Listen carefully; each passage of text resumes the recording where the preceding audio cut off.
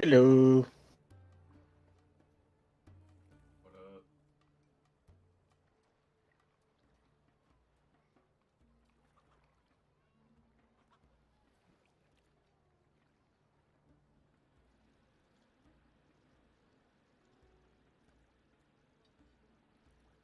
Ew.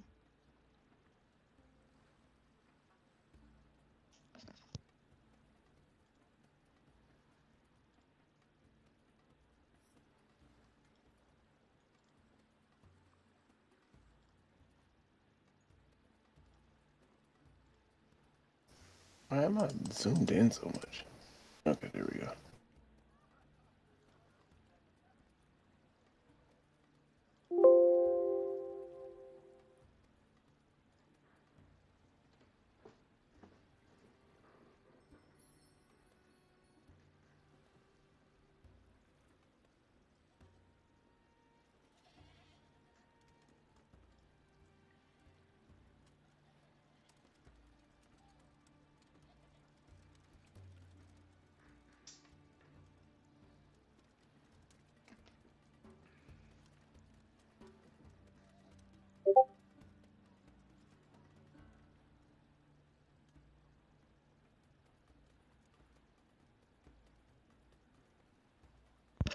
Oh, that's right. Are we doing the recording of the session? Yep. Nice. Me.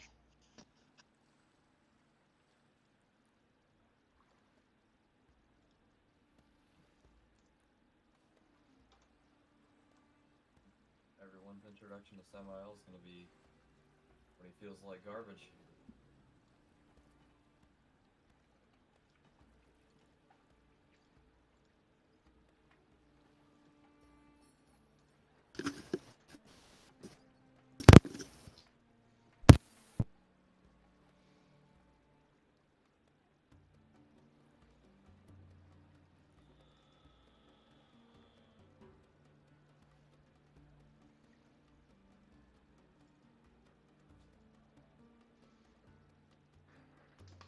I think we have mostly a travel episode ahead of us.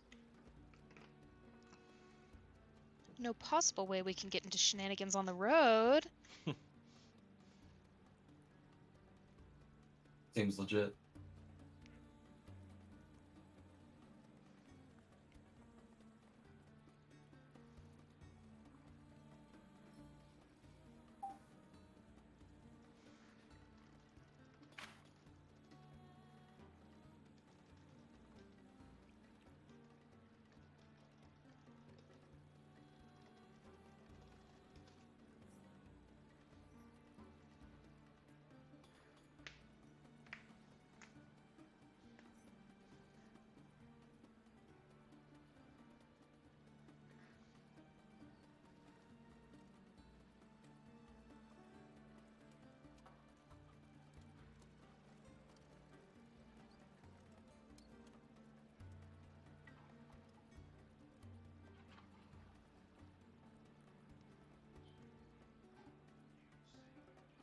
Good.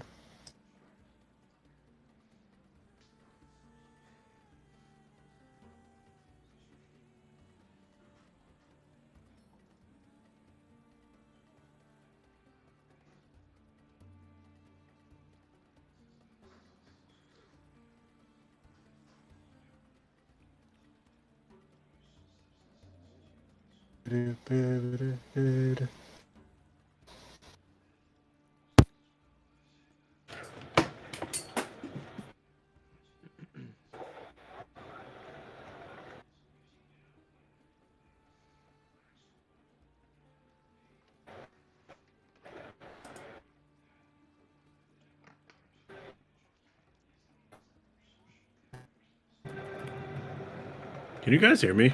Yep. Yeah. Yes. Okay.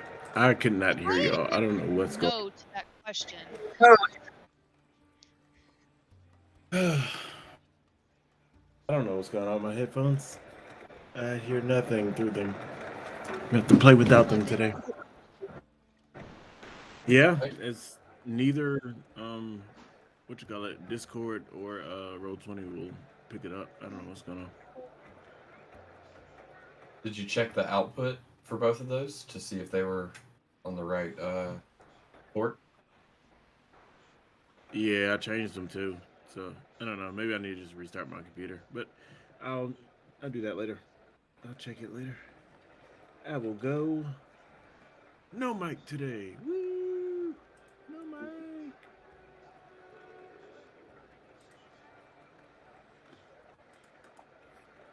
Did anybody take notes from the last session? Yeah. Because I did not. I forget. I gonna didn't catch organize them Russell. afterwards like I should have, but. Gonna catch Russell up. I have I have a Josh's text series of notes. very detailed text messages. Yeah. Yeah. Oh, you did? Seagulls attacked the bread cart nearby where we had just rescued Samael from jail. So we did our best to try and help dispel the seagulls. Then Keeper asked us all about jewelry because he wanted to give us gifts. Led to an awkward conversation that I'm pretty sure Josh said he texted you about. Yep. We went to Smelton My Arms to see Hector for the armor and jewelry. Bought some stuff. Corinne was really suspicious of rats. But the Raven killed the rat in the store that had nothing to do with the rat that Corinne is looking for. We stopped at a jewelry store and Keeper got all of the jewelry. This led to you guys all taking turns piercing Tawny's ears. Which led to her taking some of the drugs she keeps on her person. And then we went to that tavern to re-meet up with Rennis, where you had been tailing him, and then I ran to get you because Samael was in jail. And, well, I didn't go to get you. I went to get Rennis to help get Samael out of jail, but you were there as well, so I picked you up, and we went to get Samael out of jail. So we went back to meet with Rennis for real this time. And Tawny got told that she needs to go down to Port Zune and get in contact with this kid for this guy named Eugene, and also there may or may not be some bandits in a portion of Port Zune that need dealing with. And then Tawny was really passive aggressive to Rennis and made skunk smells at him all night. We went to get a cart. Tawny asked the Raven to sneakily manacle Rennis to a post so he couldn't follow us, which the Raven did. And then we went and got the cart, and then we went and picked up jewelry, and then we were like, oh yeah, we should go collect on the 3 earrings bounty. And Corinne and Samael wonderfully handled that. And so we got the bounty for 3 earrings, and we got the jewelry, and now we've got a cart.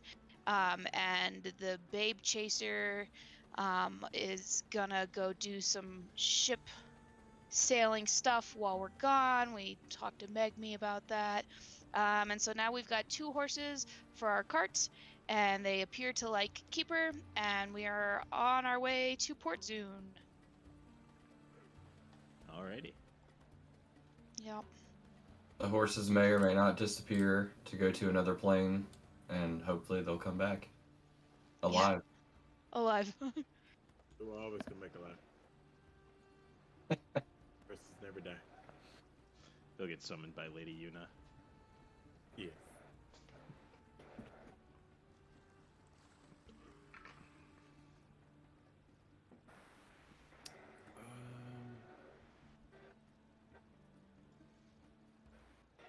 We're just waiting on Caven. Looks like it. I think we're just waiting on Owen. Yeah. There's a storm near me. My lights were flickering earlier. I was like, no, don't go out. No.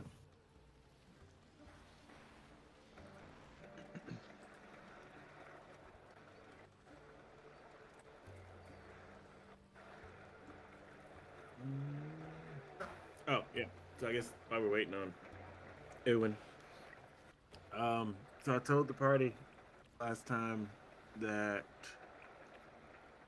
I'm not gonna make you do like travel on the road for forever because this travel is like essentially 6 days.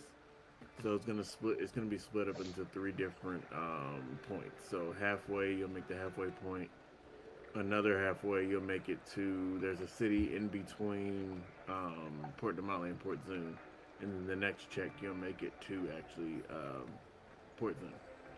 So instead of doing 6 days of checking, it's only gonna be three.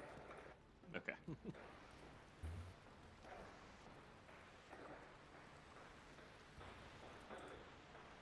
Open all my stuff so I know what to do.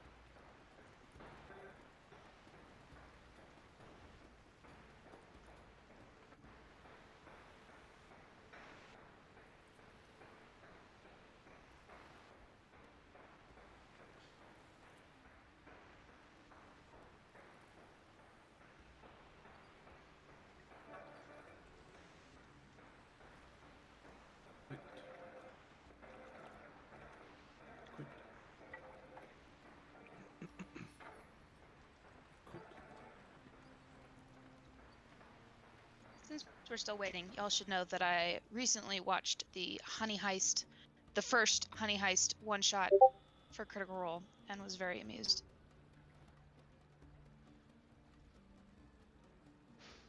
I've yet to watch Honey Heist. I need to watch it.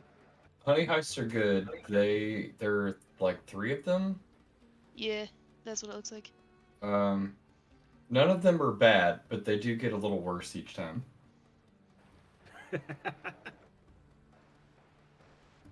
I mean, it was ridiculous premise to start with, so it was just very amusing.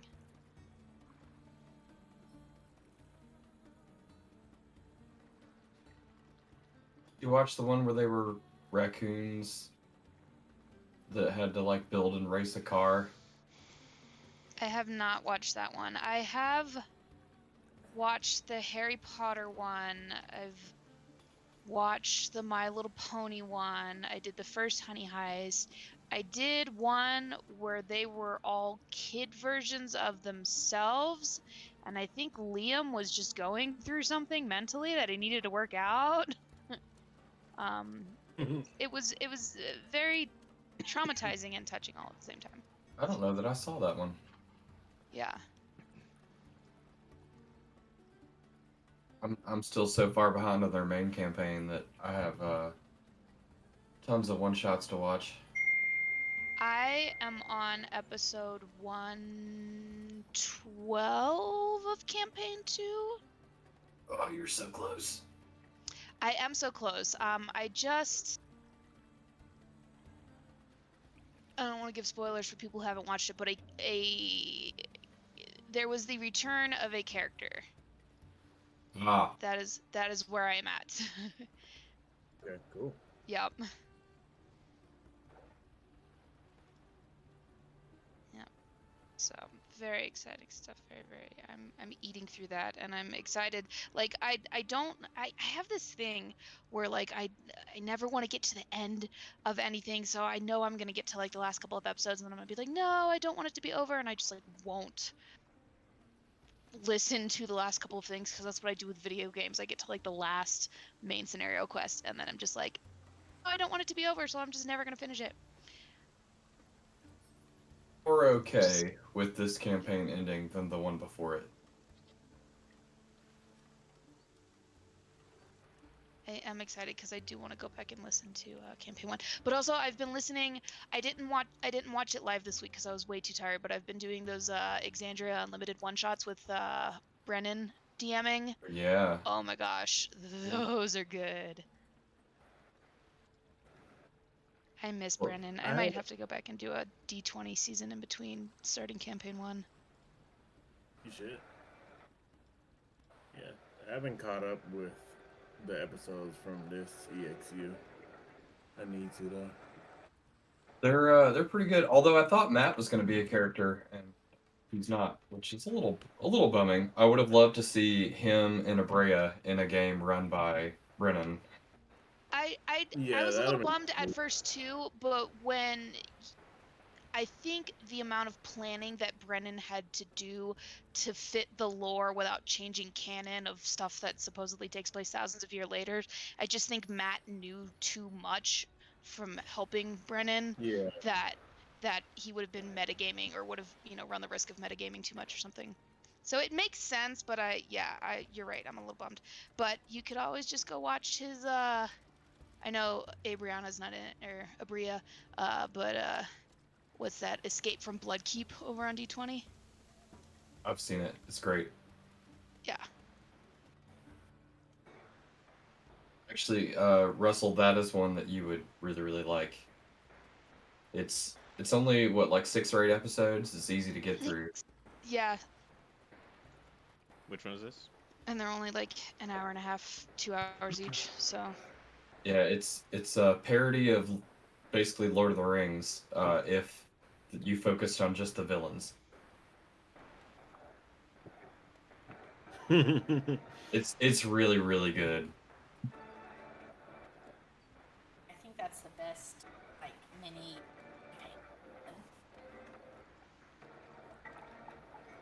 Jenny, are you really far away? Oh. Yeah, are you running? Uh Vinny? oh.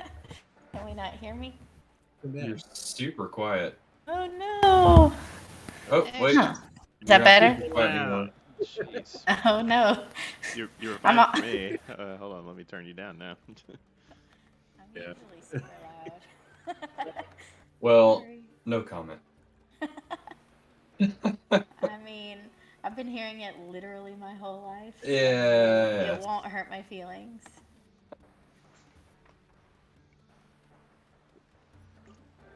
I think my mic wasn't all the way plugged in.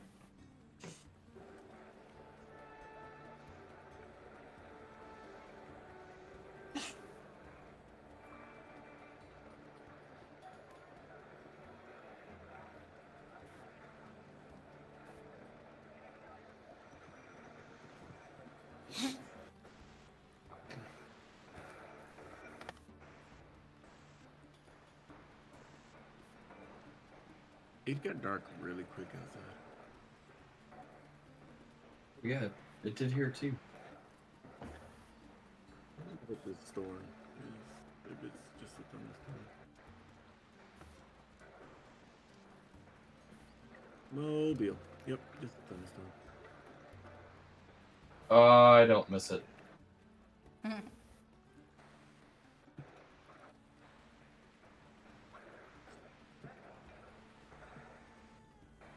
Okay. Shall we start while we wait? Sure. And we can pick up. That's I fine. don't with me. mind. On the Okay. road again. Just can't wait to get on the road again. So, team, you have your cart set up. You've got your supplies. Rennis is still attached to the end of the horse barrage, and the open road in front of you. Who's gonna drive? The keeper was driving because he was talking to Oh, the okay. horses. Okay. Of course he was. Keepers.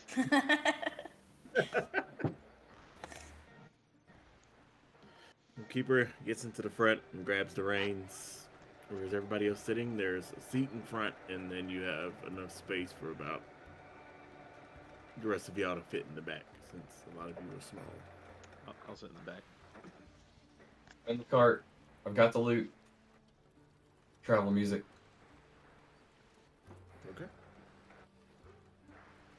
Lute, loot. I didn't steal all your stuff, but I make no promises for the Raven.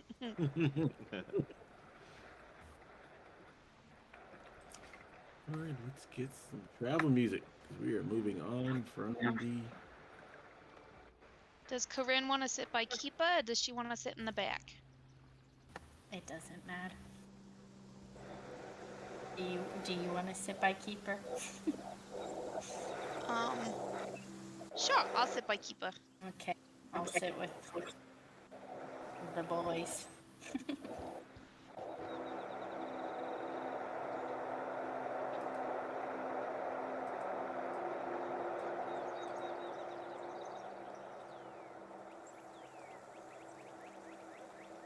All right.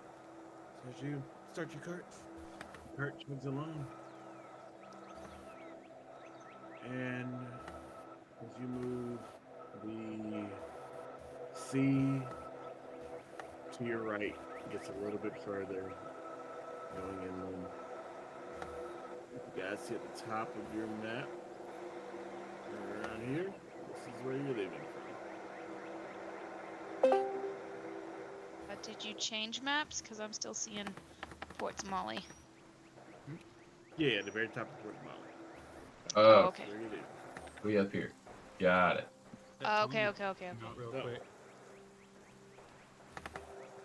You are moving throughout as the sounds and the bustling and the hustle of Port Molly leaves.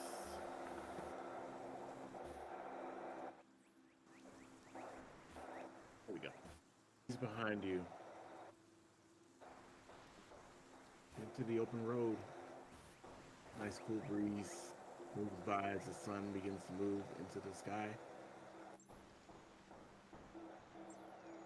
Alright, whoever's keeping lookout, I'd like for you to make a perception check. I can do it from sitting up front. Get my dice. Okay. I'm always on alert. Can you guys hear me okay? Perception. I can hear you. Ooh, that's a dirty 20. Nice. So, you both you see the Raven kind of stick his head out and like swivel around, and then pull back in. And also, Tani, you peel your eyes a little bit. You don't see Renus following you, and everything's good. It's just a cool, easy ride. You go about a couple of hours, about 2 or 3, just moving down the road, chugging along.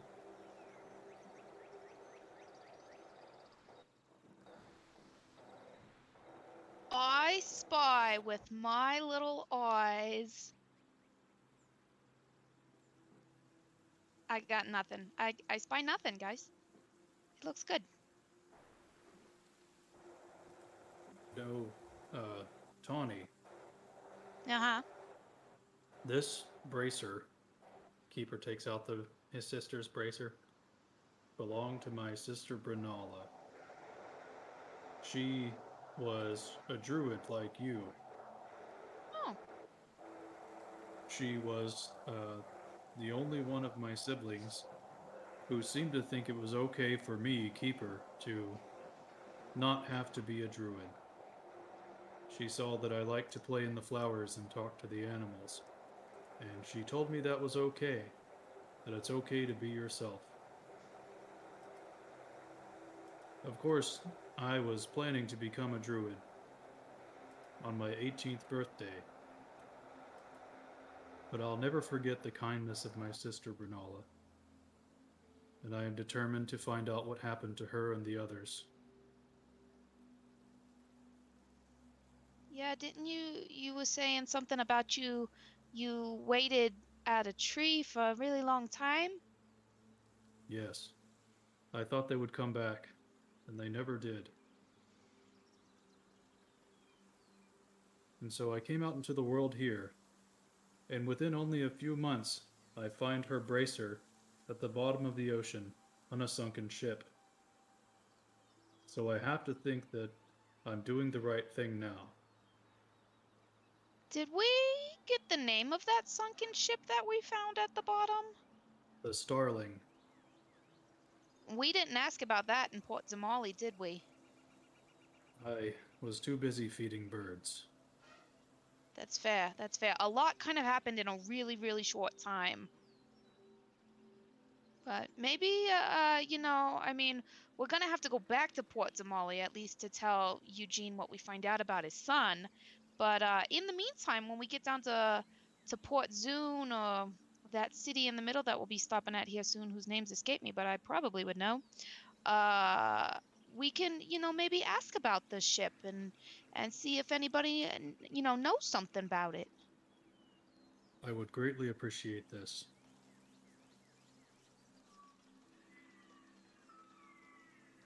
DM, can Keeper investigate the... Oh, yes, we got 300 GP apiece. Got that already? Mm-hmm. We're stinking rich. Okay, DM, can Keeper investigate the bracer to see if he can find any clues? Sure.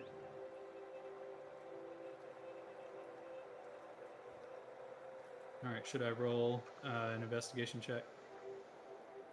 You can definitely roll an investigation check. Donnie, you're Sir? a druid. Could you help me look at this? Sure. Okay, Keeper's gonna turn it over, look inside at the code of the furbolgs, and heck, he's gonna probably cast the what is it, the borrowed knowledge Oh, borrow knowledge. Okay. and guidance. Why not? Okay, so I'll roll this, and then D4, so a total of 16. 16. Okay. You turn it over. You look at the etchings. Look at the creed on the inside. You look at the design of the bracer itself. You notice a few scratchings, a few markings. Nothing that really jumps out at you. It's almost very similar to your own, but a little bit smaller and a little thinner. But you don't find what are you looking for? Would be a better question. Was there any kind of struggle in its removal? We furbolgs tend not to remove our bracers. The code of our people is hidden knowledge stored in our hearts and inscribed on the inside. No, you don't see anything that would denote a struggle. You can probably assume that she willingly took this off. Does it seem like it had been at the bottom of the ocean for a long time?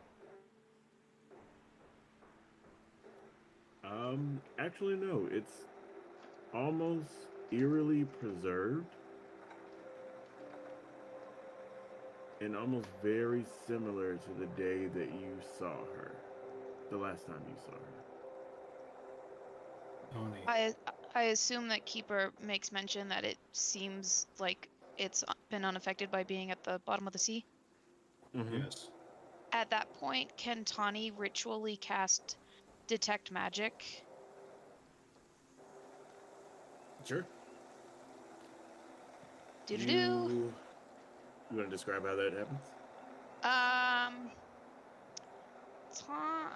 Sure. When Tawny wants to, ritually cast, so it takes like 10 minutes. So usually when she casts magic at all, the reddy orange colorings among her smoldering coal-like skin kind of like glow a little bit, like it's actually actively burning coal instead of just smoldering coal. And her eyes glaze over. I don't know, they wouldn't turn like white or anything because this isn't like an attack spell, it's just a detect magic spell, so they probably just glow a little bit brighter than usual. And She just mutters to herself a lot, whatever the words are supposed to be, because it's verbal too, and touching it. And she's like, "Well, I don't know what I would be. I guess in this point I would be touching the bracer, but yeah." Okay. Keeper, you see Tanya's kind of eyes light up and color gets a little bit more brighter on her. And Tanya, you see a very light bluish purple haze trap the entire bracer. And yes, it is magical. Okay. Do I know what the light blue slash purple haze would represent? Um, let's see. It seems more or less like an enchantment, and not really. I'm trying to think of the school of magic that it would move towards.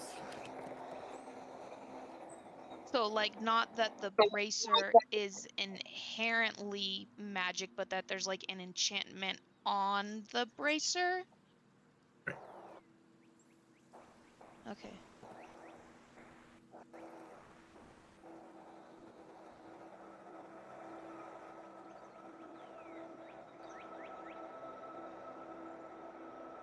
So, I think there's like an enchantment or something on this bracer, Mr. Keeper. It is most strange. I don't think that that is a druidic ability. Perhaps it'll. No, I don't think I don't know a lot of enchanting that I can do, at least. What do you think? Keeper turns to the two horses. Okay, and at this point, Keeper has a ritual cast of Speak with Animals going, because he's just been partying it up with them. Okay. You hear the horse on the left kind of respond. You know, I think it's just really neat that you guys are just traveling down this road, and it's just so great, and oh, the sky's so nice, and you're asking about some bracer? No, I don't think I know anything about a bracer. I'm just a horse, but I do know things about hay and trees, and this little a bumblebee flying by. But you know, just being a horse, and you hear the other horse go, "Oh, you got her started again. She's gonna be talking the whole time." The rest of you guys only hear just a bunch of neighs and yips from both horses. My friends, I will say this, addressing the horses. I have been able to speak to animals for all of my life, which is about 118 years. I have only been able to understand them, like right now, for perhaps 3 or 4 months. So it is my great joy to hear every word you have to say. 118 years, by golly, that's a long time. You know, what would I do for 118 years? Probably eat hay and go up and down these roads and probably run from wolves. Last time, we had some adventurers come through and they took us down, and oh, a whole dragon came out of the sky. We thought we were going to get eaten. You hear the Oh other horse my. go, "Please, God, get me away from her. Oh my gosh, you love me, don't you love me?" And so you hear both of these horses like literally go back and forth the whole way. Rest assured that you will find love from Keeper. And carrots. Keeper reaches into a knapsack and takes out a carrot. The one on the left like happily takes the carrot and kind of eats it up and doesn't really share it with the other horse. And the horse just kind of like glares at the other horse. What you would think a horse glare would look like. Definitely side-eye.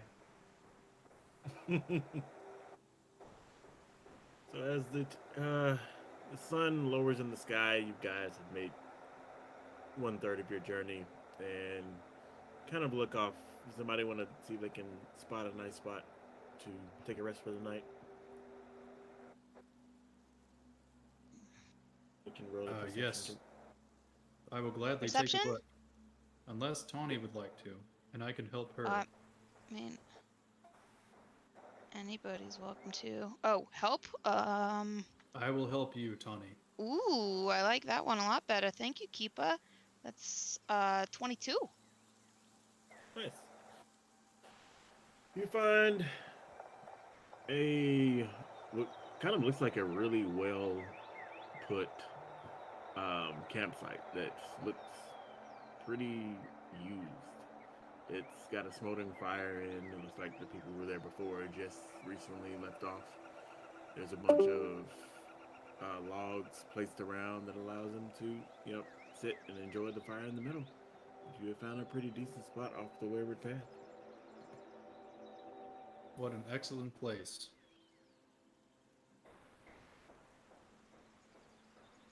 As we begin to unpack our things, I would like to approach the Raven. Hold, Cowman. Yes. I give side eyes over to the Raven. This looks exactly like something that we would do. I don't trust it.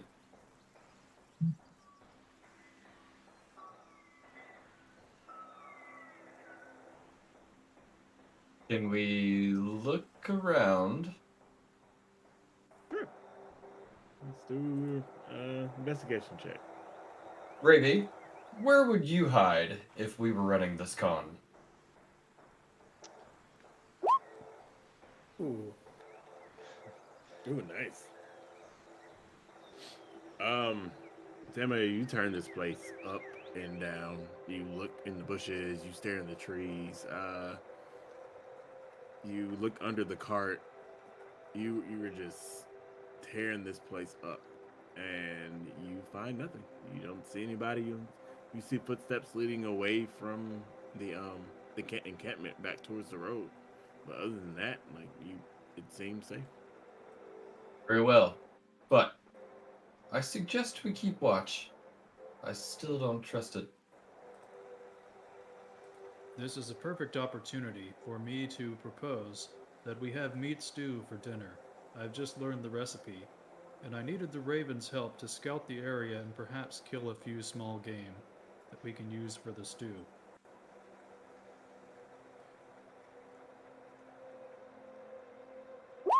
As soon as you finish your sentence, I'm gone.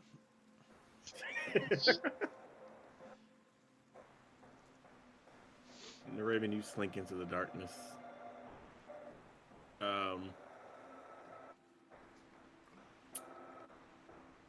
Let's see. Keeper just goes out to collect root vegetables and stuff, whatever he can find, and forage. Okay. Keeper, roll a d10, and the Raven, roll an investigation check.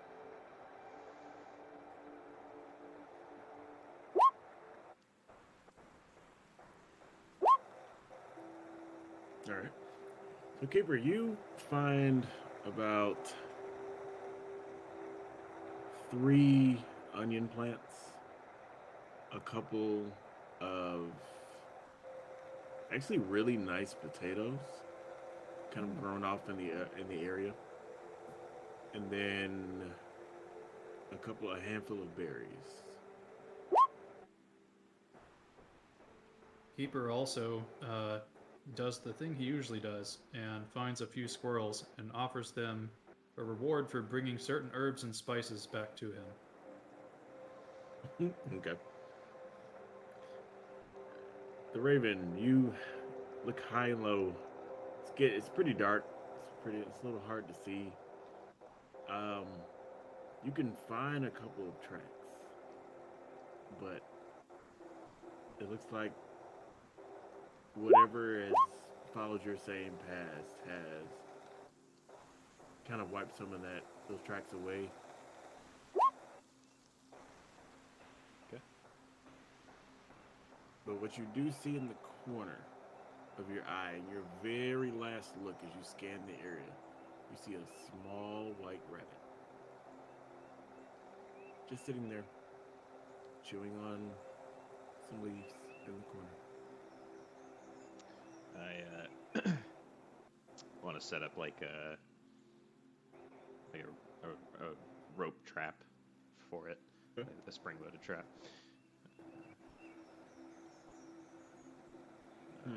What is that, a survival check or? Yeah, let's do a survival check.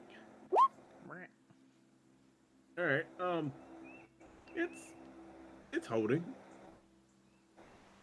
You don't know if it'll work, but it looks like it'll work.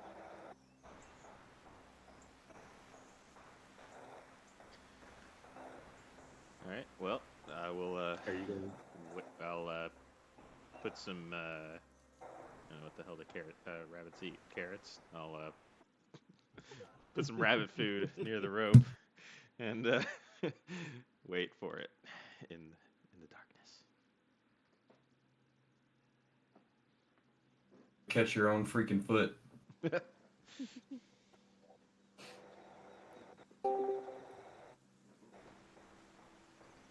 That Jenny? Is she back?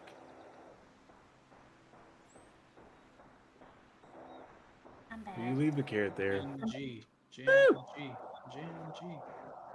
and so you watch the rabbit kind of sit up, sniffs a little bit, and eyes the carrot.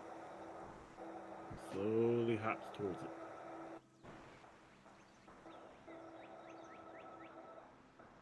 Slowly hops towards it.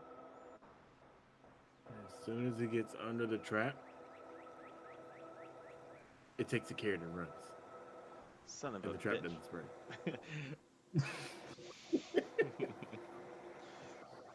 Face it down. Yeah, dude. Are you- I'll dash and I'll try to catch it. I'll try to jump onto it. All right, we're gonna do contested strength checks. Oh my god. Here we go. Let's go. The rabbit. Wow. Grab the like mid jump. You grab it like out of the air, and you're holding on, and the rabbit is squirming. It's squirming, but you got a pretty good grip.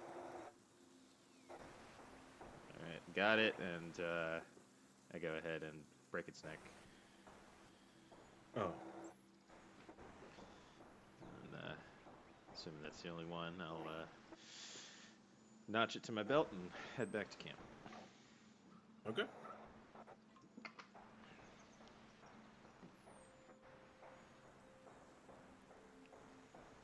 Keeper, you've gotten you got your potatoes, you got your onions. Your squirrels come back and they bring you a couple of basil leaves that they found that you're pretty sure they probably stole from one of the farms nearby. And kind of like a half-eaten couple of like acorns. But other than that, they kind of get you pretty much what you need for your meal. Keeper rewards them with treats and then heads back to camp.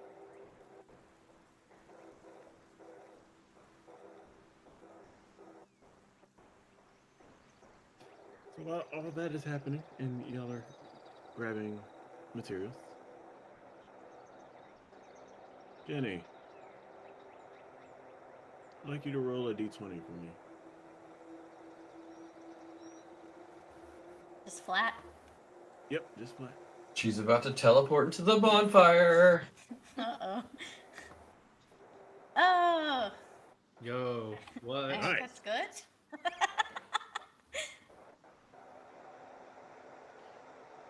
Jenny, you kind of are waiting for Keeper to start food, and your tummy's starting to growl. You look down at the sword in your hilt.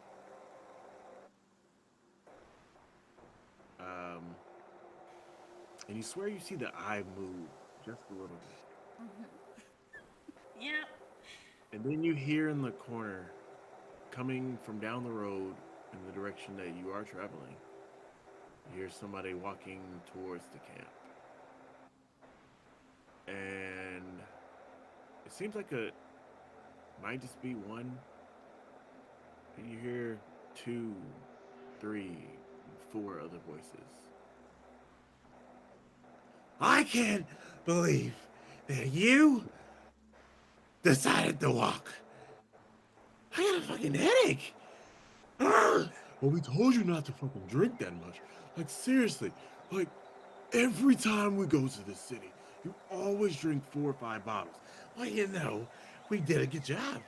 But, and you hear them like they are arguing, like, as loud as they can. And you see them come closer to the fires. They see the fire in the corner. I mean, geez, if you didn't spend all of our money on freaking booze, we could have caught a cart back. We wouldn't be walking back to port. Well, that's because you guys don't know how to have fun. Hey, look over there. There's a fire. Well, let's go lay down by the fire. No. I immediately am like standing up. I've got a sword out. I've pulled a sword out. I'm just like, you're not laying down anywhere. Who the hell are you? Hey, whoa. Oh, man, we're just traveling. Been walking all damn day. Okay. I mean, that's not my issue. That's not my problem. Who the hell are you? Oh, I'm George. Oh, okay. You kind of see the other guys really, like, not really want to talk to you.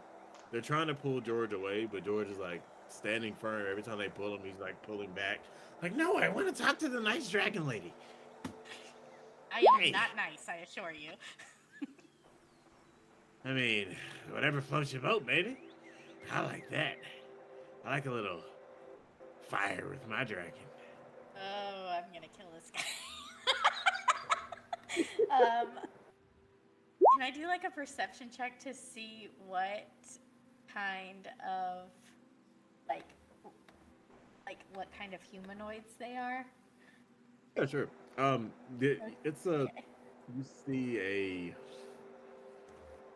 kind of a weathered man. He's about in his 50s. He's got a long beard. They've got a couple. Okay. They've got a couple of swords on their sides. You see an elf, almost the color of Tawny, but a little lighter. Okay. And you see a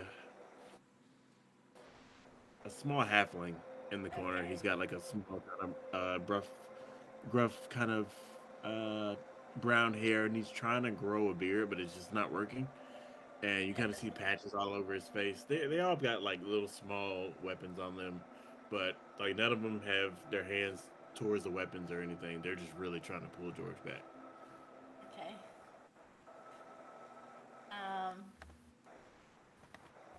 I mean, I get the sense that the sword was like trying to warn me about them, so I'm on high alert. Ugh. Hey, how about we stay at the camp with you guys and help with food? You know, and something's smelling good over there. Ooh, is that meat stew? Ani uses druidcraft to make the skunk smell around them.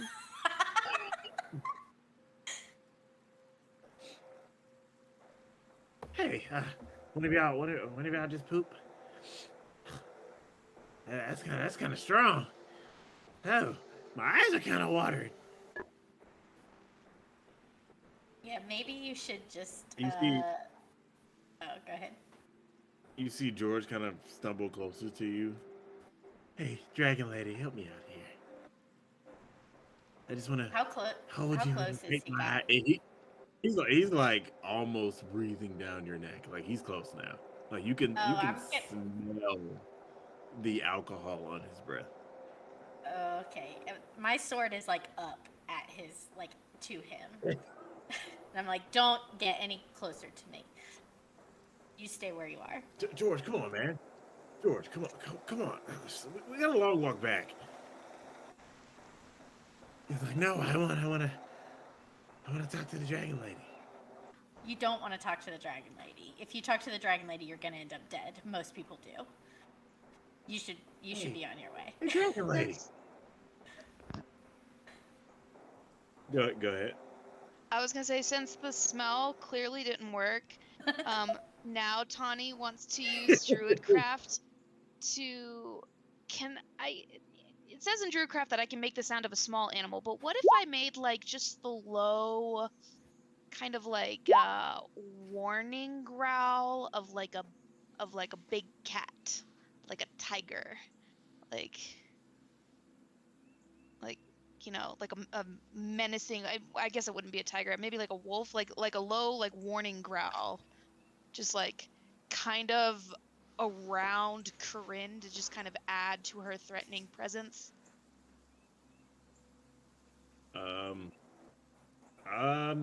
It's a small animal.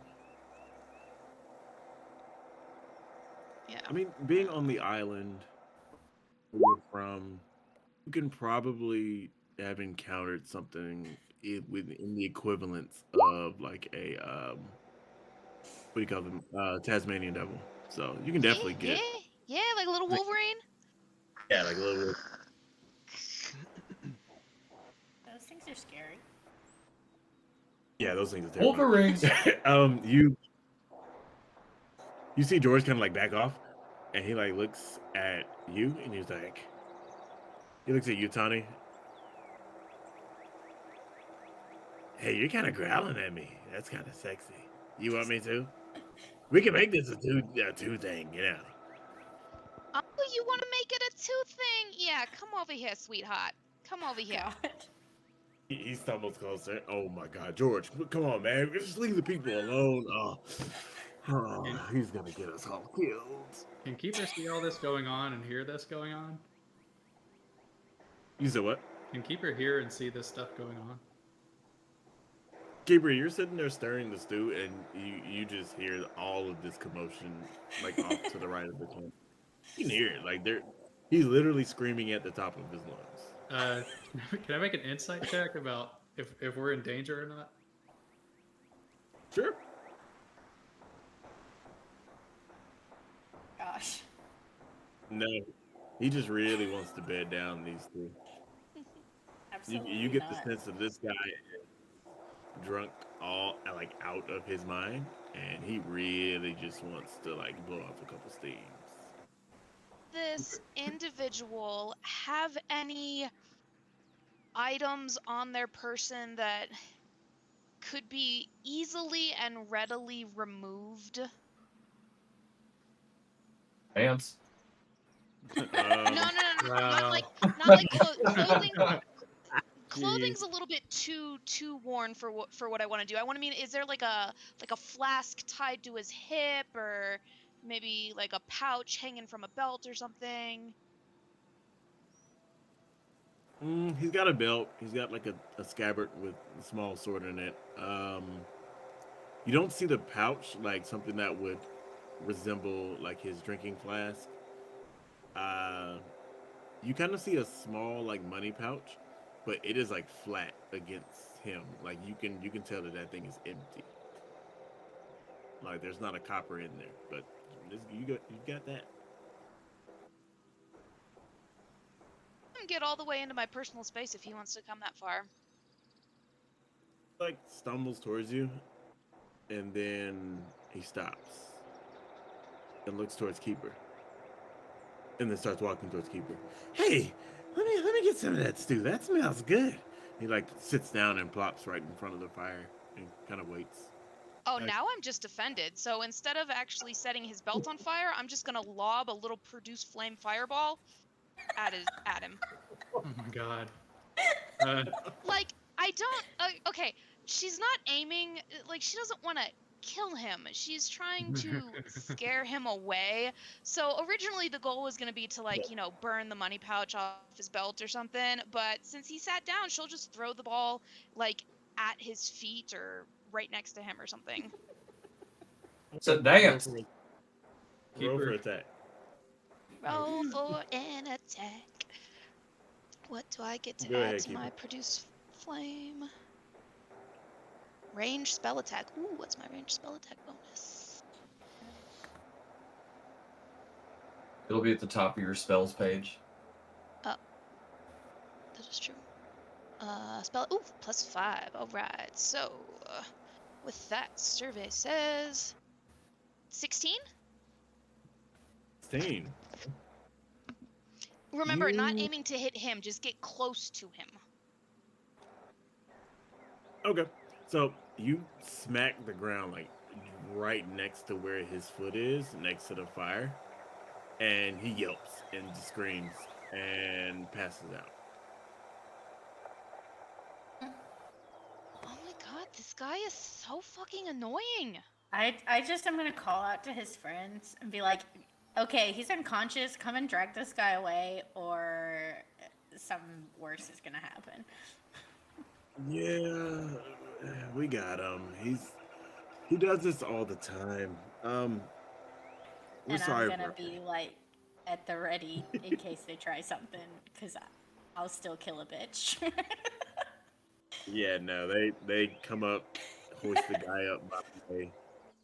You see the halfling kind of lift the legs and struggle a little bit, and you see the elf kind of picks him up by the shoulders, and they like try to drag him away, but he's like dead weight at this point, and so they're just pulling really hard. It's like, hey, we'll leave you guys alone, but if you're going that direction and you get to failing, they have some really good wines. Just throw it out there.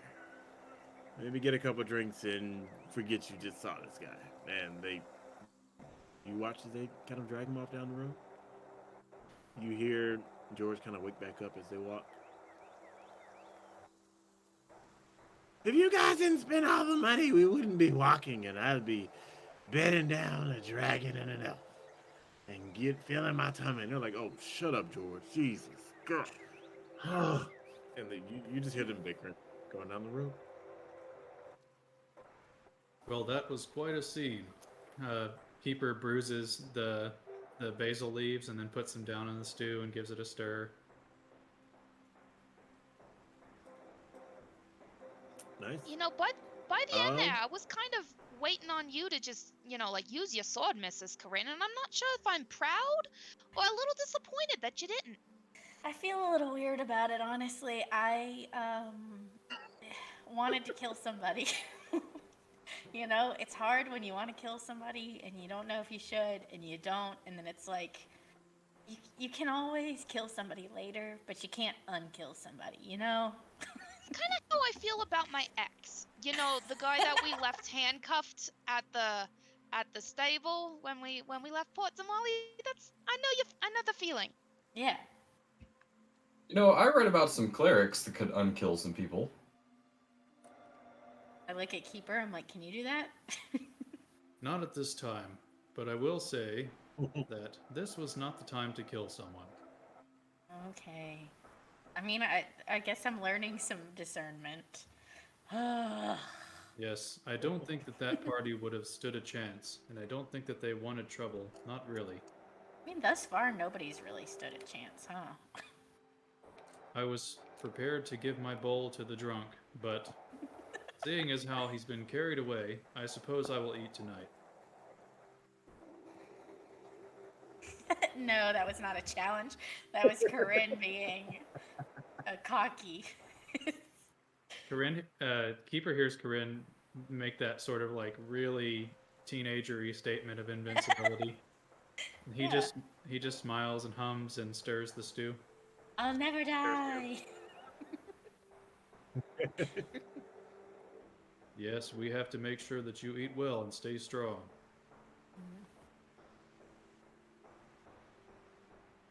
So, food is being had. You guys begin to bed down for the night. Who wants to take the first watch? Oh, I do want to say, if we make it at least to the point of watches without being accosted, and Mr. Keepa's got any leftover berries, before I go to bed, I'm going to cast the spell Good Berries, because it lasts for 24 hours. Hey, And then I can have them without expending a spell slot tomorrow. smart. I like this Nice. plan, but I've used all the berries in the soup. However, he reaches in his pouch. I do have a spare berry that I was saving for a small rodent here. It's really nice of you.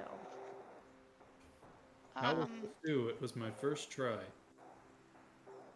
Yeah, I can do up to 10 berries, so I mean, I guess I can roll a d10 and see how many that, like, between Keeper and I we still have. You create the berries. You don't need berries to transform. Oh, Yeah, they appear in my hand. That is fair. For some reason, I thought that I needed Is the it a berries. component? Like I a thought so too. I just need no. My components is just a sprig of mistletoe. okay. So, boop! I got some good berries for 24 hours. Yeah, it's like upgraded druidcraft. What are you Yeah. doing with the mistletoe? Well, see, this is a handy little trick that my mentor Aravan taught me. And these berries, if needed, you can eat them, and they'll give you a little bit of health. They're very nourishing, to the point where they could even sustain us for a day. Like if we ever forage and come up completely empty-handed, we could just eat one of these berries, and that's all we'd need for the day. But especially if we came across anything, maybe a little dangerous and got a little hurt, it would also provide us with a little bit of healing. Not a lot, like literally just like 1% healing, but it's enough to keep somebody from, not dying. Quite a spell you have. Yeah, and it's good for 24 hours. So, I like to do it in the evenings before I go to bed, so that I have them all day the next day. Just in case, if I need to administer a good berry, where will you be keeping them? Oh, well, here, I can pass them out. There's 5 of us, so we can each take 2.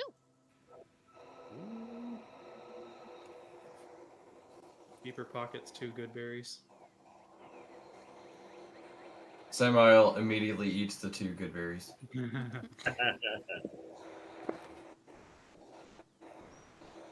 probably gonna be sleeping on a really full belly. Good berries. Yes, they were okay berries. Aw. Now that everyone's had something to eat for dinner, Okay, boy.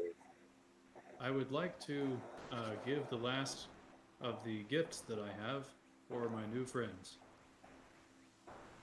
Keeper takes out this black leather dagger sheath with an elaborate silver filigree affixed to it. And he looks at the Raven.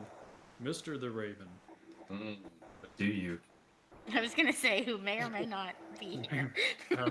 I should probably roll perception. Roll a perception check to see if Okay. you see him.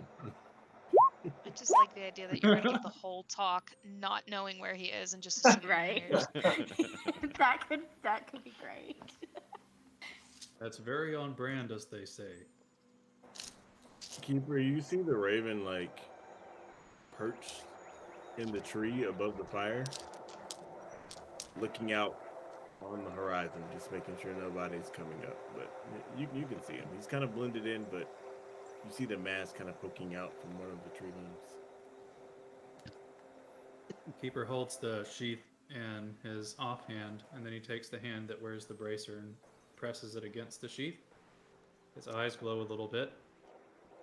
And what I have done here, my friend, is I have made this a spell component. And now I have the ability to cast the Warding Bond spell on you, if you carry this on your person. I figured a dagger sheath would be suitable, since you are one for daggers. The raven grabs it and looks upon the sheath and just sort of ponders a bit, and not a man of words, just nods to Keeper as thanks. Keeper nods back and then looks to the others. Now then, now that we are connected, I would like to ensure that I do my very best to help each and every one of you to achieve the goals that you have. Because traveling with you, I am beginning to learn what became of my family. And it is by divine direction that I must continue to travel with you. And I believe that our fates are intertwined. And Keeper holds up his bracer, and you see a little silver thread, like a little gossamer silver magic thread, going from his bracer to each one of the jewelry components that everybody has. start wiping away what I think is a spider web.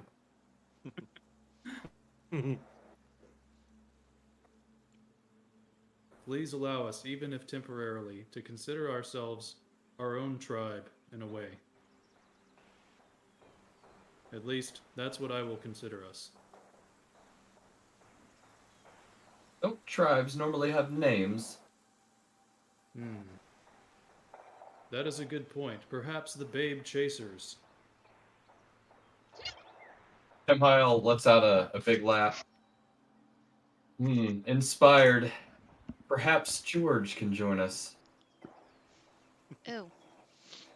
You can hear the raven even chuckle from the trees.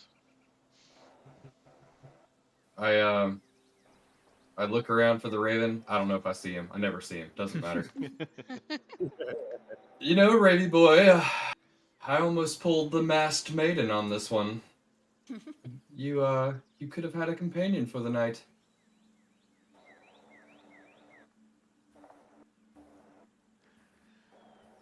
What's I the don't need any masked maiden? companions. If you get a little fresh with our friend here, perhaps you can find out for yourself. Does that mean like we gotta take a bath or something? I don't quite understand the reference. Let's just say I'm prepared if George comes back. And now the raven is too. Okay. Mhm. You know, I'm all for a boat being named the Babe Chaser, 'cause that's kind of funny. But you know, if we're gonna like give ourselves a name, maybe not something that puts us on par with Georgie Boy the Drunkard. This is a good point. I had not considered the actual meaning of the phrase. However, maybe the name will come to us in time. Yeah, we'll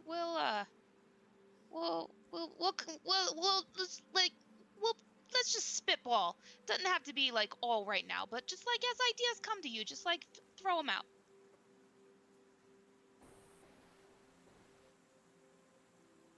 Very well. Like we can all use our respective watches to like think of them, and then we can confer tomorrow on the road again or something. I don't know.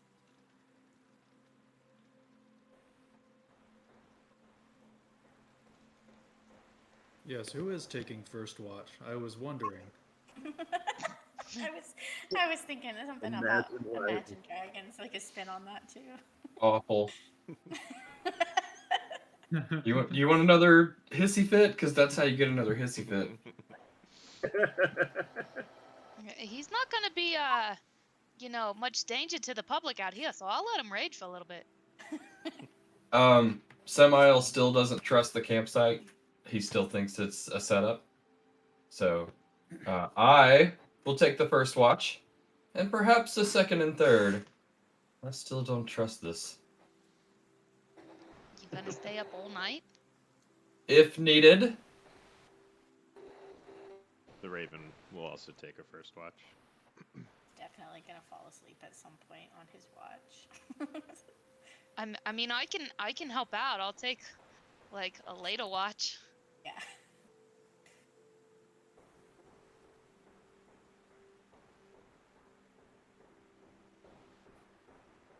Okay. All right. What do you need? I'll leave Perception. you bed. Yeah, so I'll leave you bed down for the night. The Raven and Samael, you sit up. Nice. 21 and 9. The Raven, you see a fly kind of like go across your mask, and you swat at it a couple times and it flies away. But other than that, it looks good to you. Samael, you're looking out, you can hear the wind rustling. You hear a few crackles off in the distance, but that's... And you kind of squint your eyes to look out there, but all you see is a little rabbit running around. But other than that, it's all good. I'll look over to the raven a couple times, and then I'll start reminiscing with him. Do you remember the first time we did the Masked Maiden? It was in that tiny bar. Ah, the name escapes me. Boy, that fellow sure thought there was some gorgeous woman hiding under your mask. Ah, we made a lot of cash that night. Yes, we did. That paid for my daggers. I seem to remember you left the other dagger somewhere not worth retrieving. Started as a euphemism, but I don't think it is. Could have been both.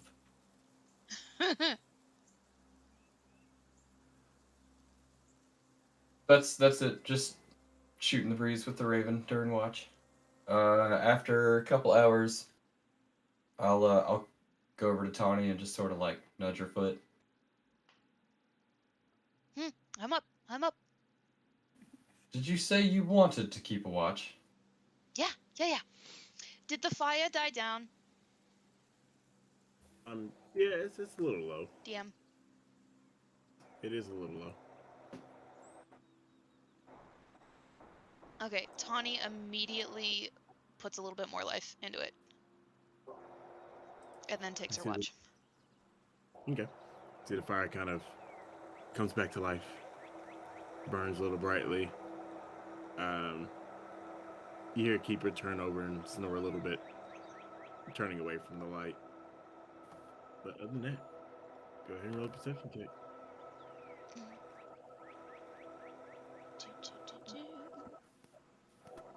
Oh, my dice failed me. That's a 7.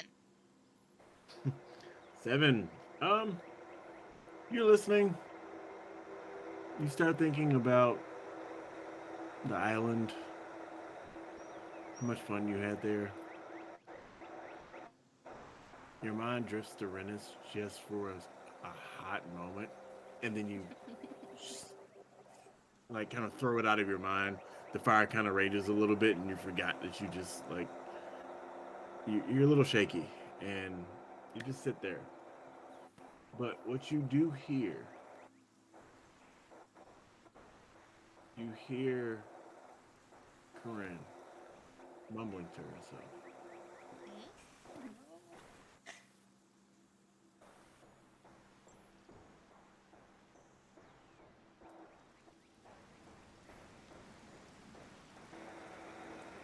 What does Corinne Corinne, you open your eyes Snap. and you're in a black abyss. God damn it. You Okay. see a golden light Okay. here in front of you with a giant slit down the middle. The eye seems a lot closer than it had before. Okay.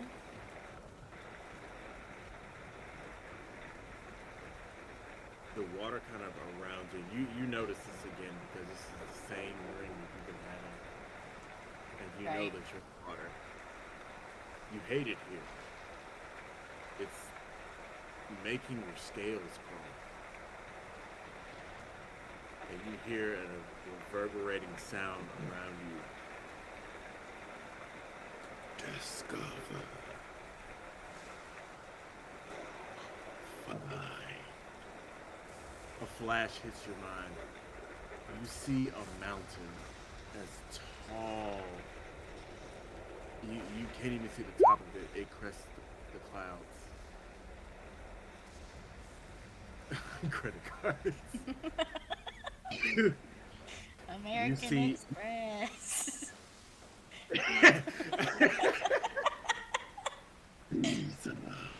You feel the heat. You feel like an immense heat. Like it's like Tawny is like literally right next to you. Like you feel it's like boiling the water. It is flaming. It is hot. And you see a mine.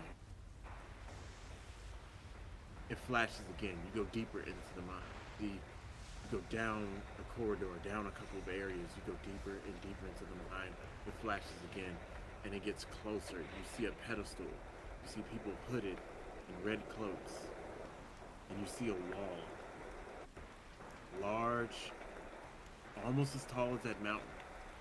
But it may have just seemed like it's just closer because you're standing next to it right now. On the wall, you see etched out giant bird with 3 eyes, and each of those eyes are burning hot red. Another flash, you see them. It burns it into your memory. It kind of pulls your vision out, and it's almost like you're watching your body watch itself. And you hear in your mind, release, release, release. What do you do? First I yell, you know I'm not good at these one-word commands. And then I guess I'm gonna conjure that sword. Do I have it on me? You see the sword appear in your hand in a flash of white. Yeah. The eye is like in the middle. It's moving like crazy, like up and down, left and right. It's sporadic. Okay. And I'm just You standing hear in it front of again. a wall with a giant bird on it. I hate this. Okay, I am gonna... What am I gonna do? I'm gonna... Does the eye of the sword match the eye of the birds? The birds look a lot more kind of like bird eyes, a little oval, versus the slit that's in the middle of your sword. Okay. I guess I'm just gonna... Can I reach the bird?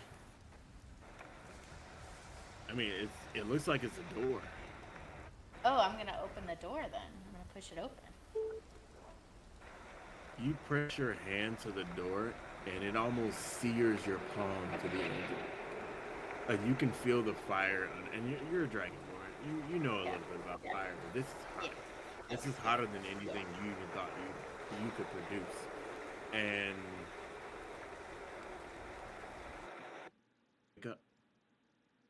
you upchuck water all over your bedroll. And you see this, you hear her scream, you know I'm not good at one-word commands, and you see just a bunch come out across the camp. She's just coughing up water. You okay then, Mrs. Corinne? Literally. Like, can I sleep and not drown? Can I just for once? Can I just sleep and not drown? I don't. Fucking sword. Where did all that water come from, Mrs. Corinne? Are you not feeling well? Do you need one of the good berries? No, I keep going to some black underwater hellscape, I swear, this time boiling hot, and now it's this sword, and am I still holding the sword at this point? Yeah, the sword is out. It's in the palm of your hand, and Is the eye still freaking out? Nope, the eyes stop. Fucking sword. Do you want me to like detect magic on it? I mean, it's gotta be super magic. I don't... is it teleport? Yeah, let's find out what the fuck this sword is doing. Okay, I'll ritually cast detect magic on it again.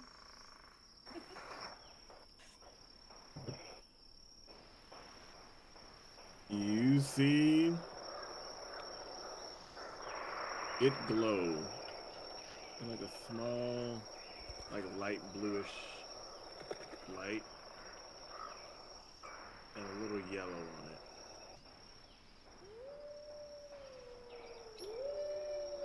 What does that mean? Ooh, spooky. And then it goes away. It's almost as if your spell has been broken. Like the sword doesn't want to be discovered. Maybe it's just 'cause it's late or something, but I don't know if your sword is actually magic. Ugh. What is that? Ugh. Okay, your guy that you love, I forgot his name, but he lives in a hot mountain, right? Vokodo? Yeah. Uh, is he a three-eyed bird guy? I don't really know how many eyes he has, but yeah, he's a bird. Maybe I saw him. I was at a hot mountain, underwater, three-eyed bird, drowning. That's all I literally, I don't know. And it tells me to do stuff, but it's really vague. It gives me one word and it thinks like, it thinks I'm smart maybe. I don't know. I don't know. I don't But I'm know. not I've never smart. heard of, mostly Vokodo just tells us to give him all of our material possessions because we don't need them. Is that what he's Oh. like? What are the one words? First, it was like consume, consume, and I ate the sword, and I really think that was maybe not the best choice, but I don't know. And then this time it was like discover, find what? Oh, and there were some creepy people with like cloaks and hoods and stuff. They seemed creepy. I don't know. Red cloaks. I don't know. You know how dreams are weird like that? It's like that, but you're drowning at the same time. It's very hard to keep it Yeah. all in your head. Ugh. I mean, it's possible that it's Vokodo because discover and find could go along with, like finding him, giving all of him the material possessions. We like mined the island for the precious gems, which we made into jewelry, which we then gifted to him as like presents and stuff. But I mean, I don't know that he's ever like drowned nobody before because he's in the volcano. So, like fire's his whole shtick.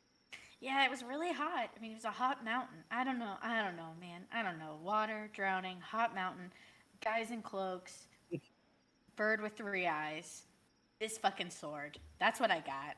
I'm not smart. I'm piecing it together. I'm not smart. I mean, if you want, maybe you could, help me find some nice stuff to send back to him. I have contacts that send stuff to him. Can you So, like write him a letter and be like, "Hey, are you fucking with this girl, Corinne?" well, yeah, we could do that too. And but maybe if you help me find stuff to give to him, maybe maybe the dreams will stop or something. Ugh, man, I don't know. Ugh, it'd be cool to not drown. Yeah, that's a weird one, especially when we're like not on water anymore. I really thought this was gonna be the first night where I didn't have to worry about like being on a boat or water or whatever. No, still get to drown. It's great. It's great. It's just great. Ugh. Honey, your watch comes to an end. Well, since you're awake, you want to take the last watch? Yeah, I guess I can do that. Okay. If you start hearing voices drowning or anything again, feel free to wake me up. Okay, thank you. Ugh, Mhm. sorry. No, you're fine. I wasn't doing anything. It's just keeping a really vigilant watch, not daydreaming at all. Oh, yeah, I believe that.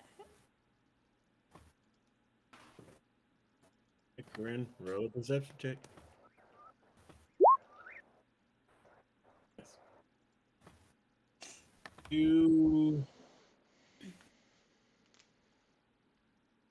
kind of see the sun peeking a little bit early hours of the morning.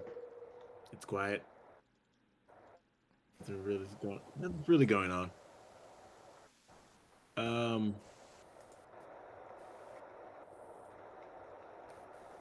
You're listening through the wind, through the dying fire now. Now that Tawny's gone to sleep, you can feel the fire, the heat, kind of wafting off of you, and you're kind of glad of it, just because since you just woke up in sweat and water, Yeah. and you hear the raven turn. He flips over, adjusts again, flips over, and he's not mumbling. He's not saying much. He's a man of few words, but you can tell he's having what you would understand as a nightmare.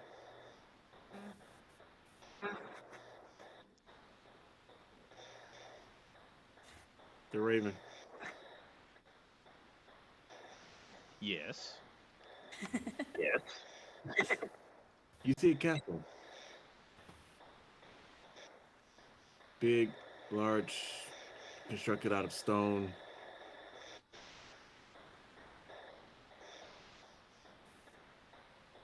There's a sun in the sky, there's horses moving around. You're walking hand in hand with what looks to be, would probably, wouldn't know, but it looks like a helper of some sort. The image goes away. You're walking through now luxurious halls. You see crests on the wall, you see pictures of a family, but they're etched out. You can't see their faces. And that goes away. Another vision pops in. You see a smiling woman with long black hair. But all you see are the lips. You don't see the top half of her face. It's like it's etched out of your vision. And that goes away. You're being pulled along through the hallways. Tugged, and you hear, "Come on, brother. Come on. This way. We're gonna go down to the courtyard. This way." And you see a small, about 4 or 5, with a long tuft of brown hair tugging on your arm, a small little girl. And she looks back at you, and all you see is the bottom half of her face. Okay. What do you do? I let her pull me along. Okay. You skip through the halls and into the courtyard.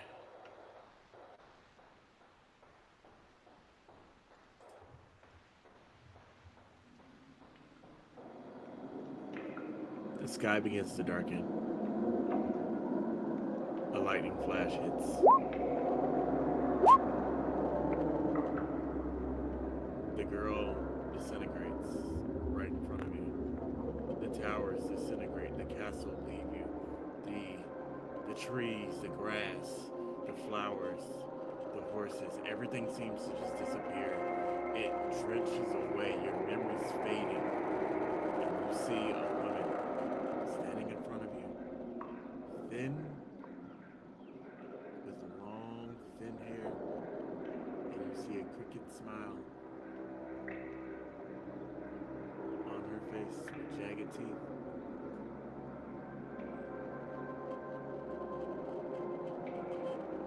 Even in your dreams, you'll never remember.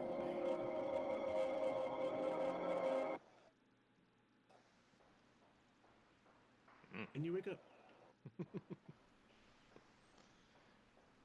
I startle awake, look around to see if anybody saw me, and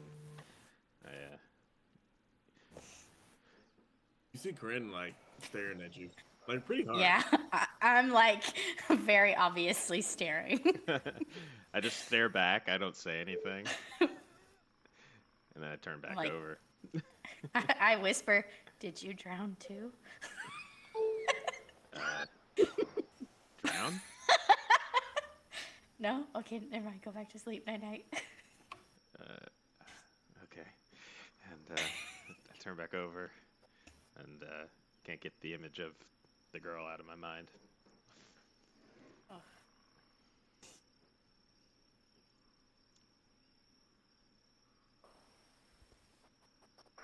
And then the sun comes up. You guys have completed a long rest.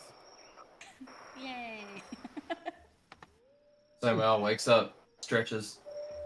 Oh, I had a great night's sleep. How about the rest of you? Yeah, it was great. It was fine. It was great. Wonderful. Let's get on the road. Keeper is a sight to behold because he's taken down his braids, and he has 6 feet of vermilion hair that is falling to the camp floor and then fanning out in every direction. And he's while he's rebraiding it with flowers, he's saying his prayers to Iolannis.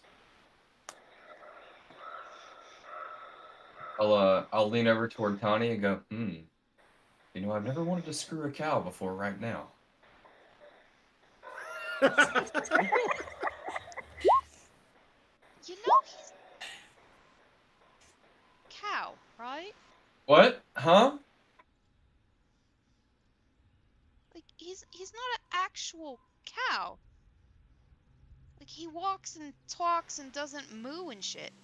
I said, I tapped her shoulder. I said, I wouldn't even get into it. I'm pretty sure I've heard him moo. And I've seen cows walk on 2 legs. Are you You've seen familiar a with the cow walk on concept of 2 a... legs. Yes, are you familiar with the concept of a wheelbarrow? What does a wheelbarrow have to do with a cow walking on 2 legs? Never mind. You're clearly too young for this conversation. Ravi! And Sigh lastly, a and magnolia for walk over to him. perseverance and love of nature. He puts the last flower in his hair. Just gonna mumble some incoherent constant nonsense with the Raven to get myself out of this conversation with Tawny. The Raven tells Samael that I had the dream again. Do you have any of those good berries? I do. Perhaps you should try one before you sleep the next time. Will do.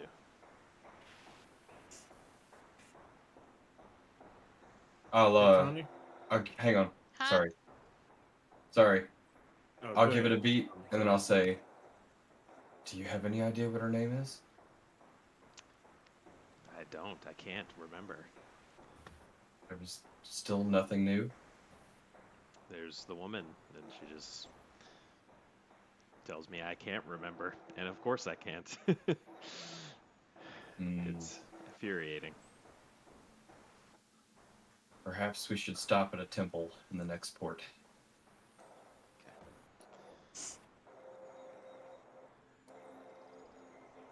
Okay, sorry, that was all I had. Tony, roll, oh, you good?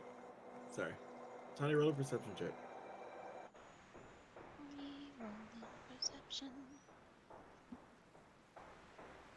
While she's doing 19. that, the Raven. 19. Okay. The Raven roll. Give me just a second.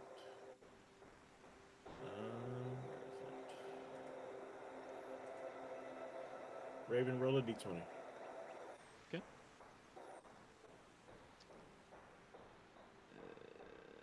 There we go. Tony, you see.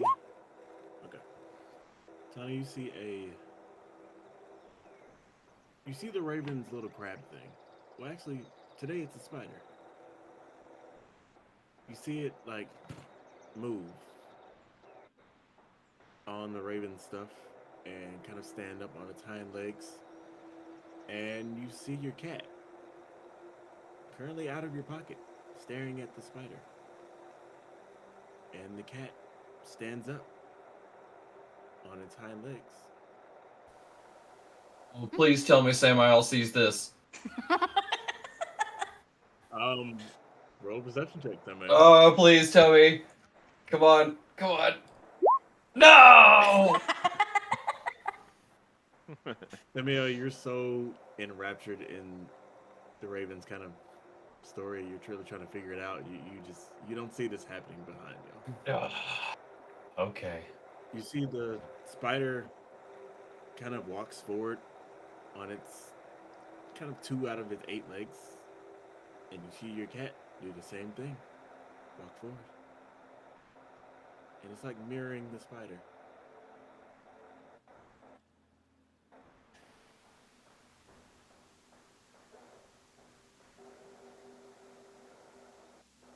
Honey? Yeah. I see you. He looks.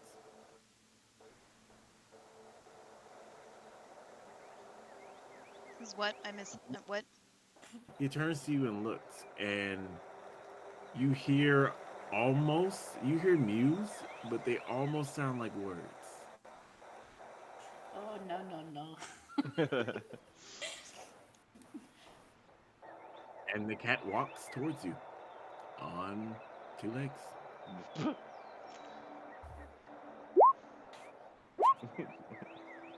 Demon Jeez. cat. Honey, I want to roll a history check. Roll a history check. So sad that I'm not seeing this right now. The funny thing is that Tawny's like, yeah, a cat's totally limber enough to be able to walk on two legs. Like, she's never seen it before, but like, sure, why not? My history sucks. This'll be fun. Oh, that's a 2. Yeah, you've never seen this before, but you're pretty sure cats can do this. You just got all kinds of fun tricks, don't you, little Ash? Maybe we'll have to have a conversation with you and Mr. Keeper later.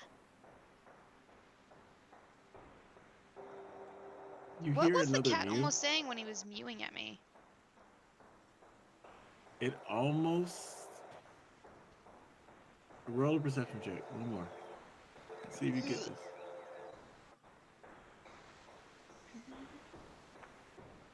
Dirty 20. 30-20. It almost sounded like Mama. Aw, never mind, don't kick it. Hi, baby, I'm the mama. You're so cute.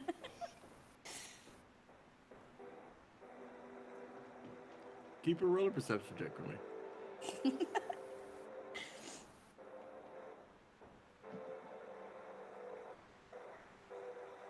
Can I use guidance as I do it? Sure. Not great.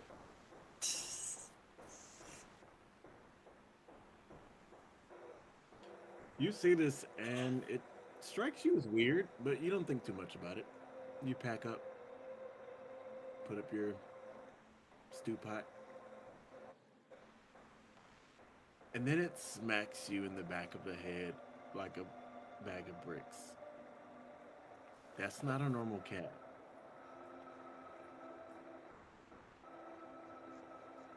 Now It's a Keeper would like to tabaxi. do an insight check. Yeah, sure.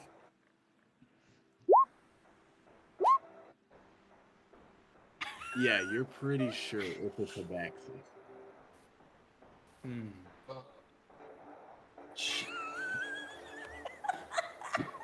With that insight check, can I tell if this tabaxi is related to Captain Three Earrings?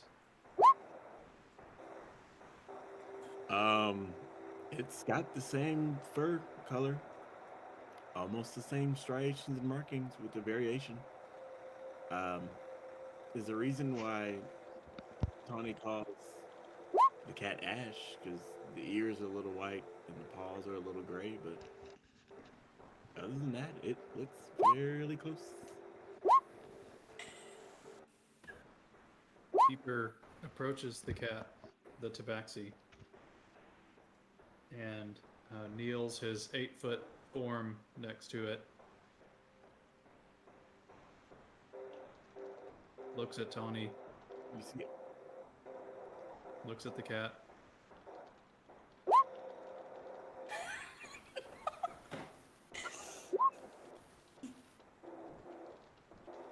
Sorry, what do I see?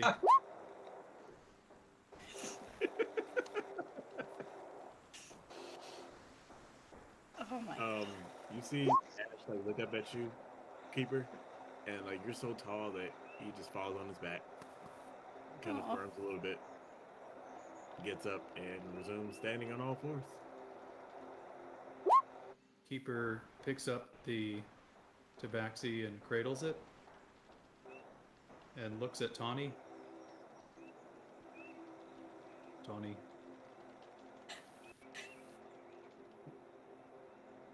He's very cute. You know, I'm thinking I'm gonna let him sit on my shoulder today. I don't think being in my pocket all the time is really good for it.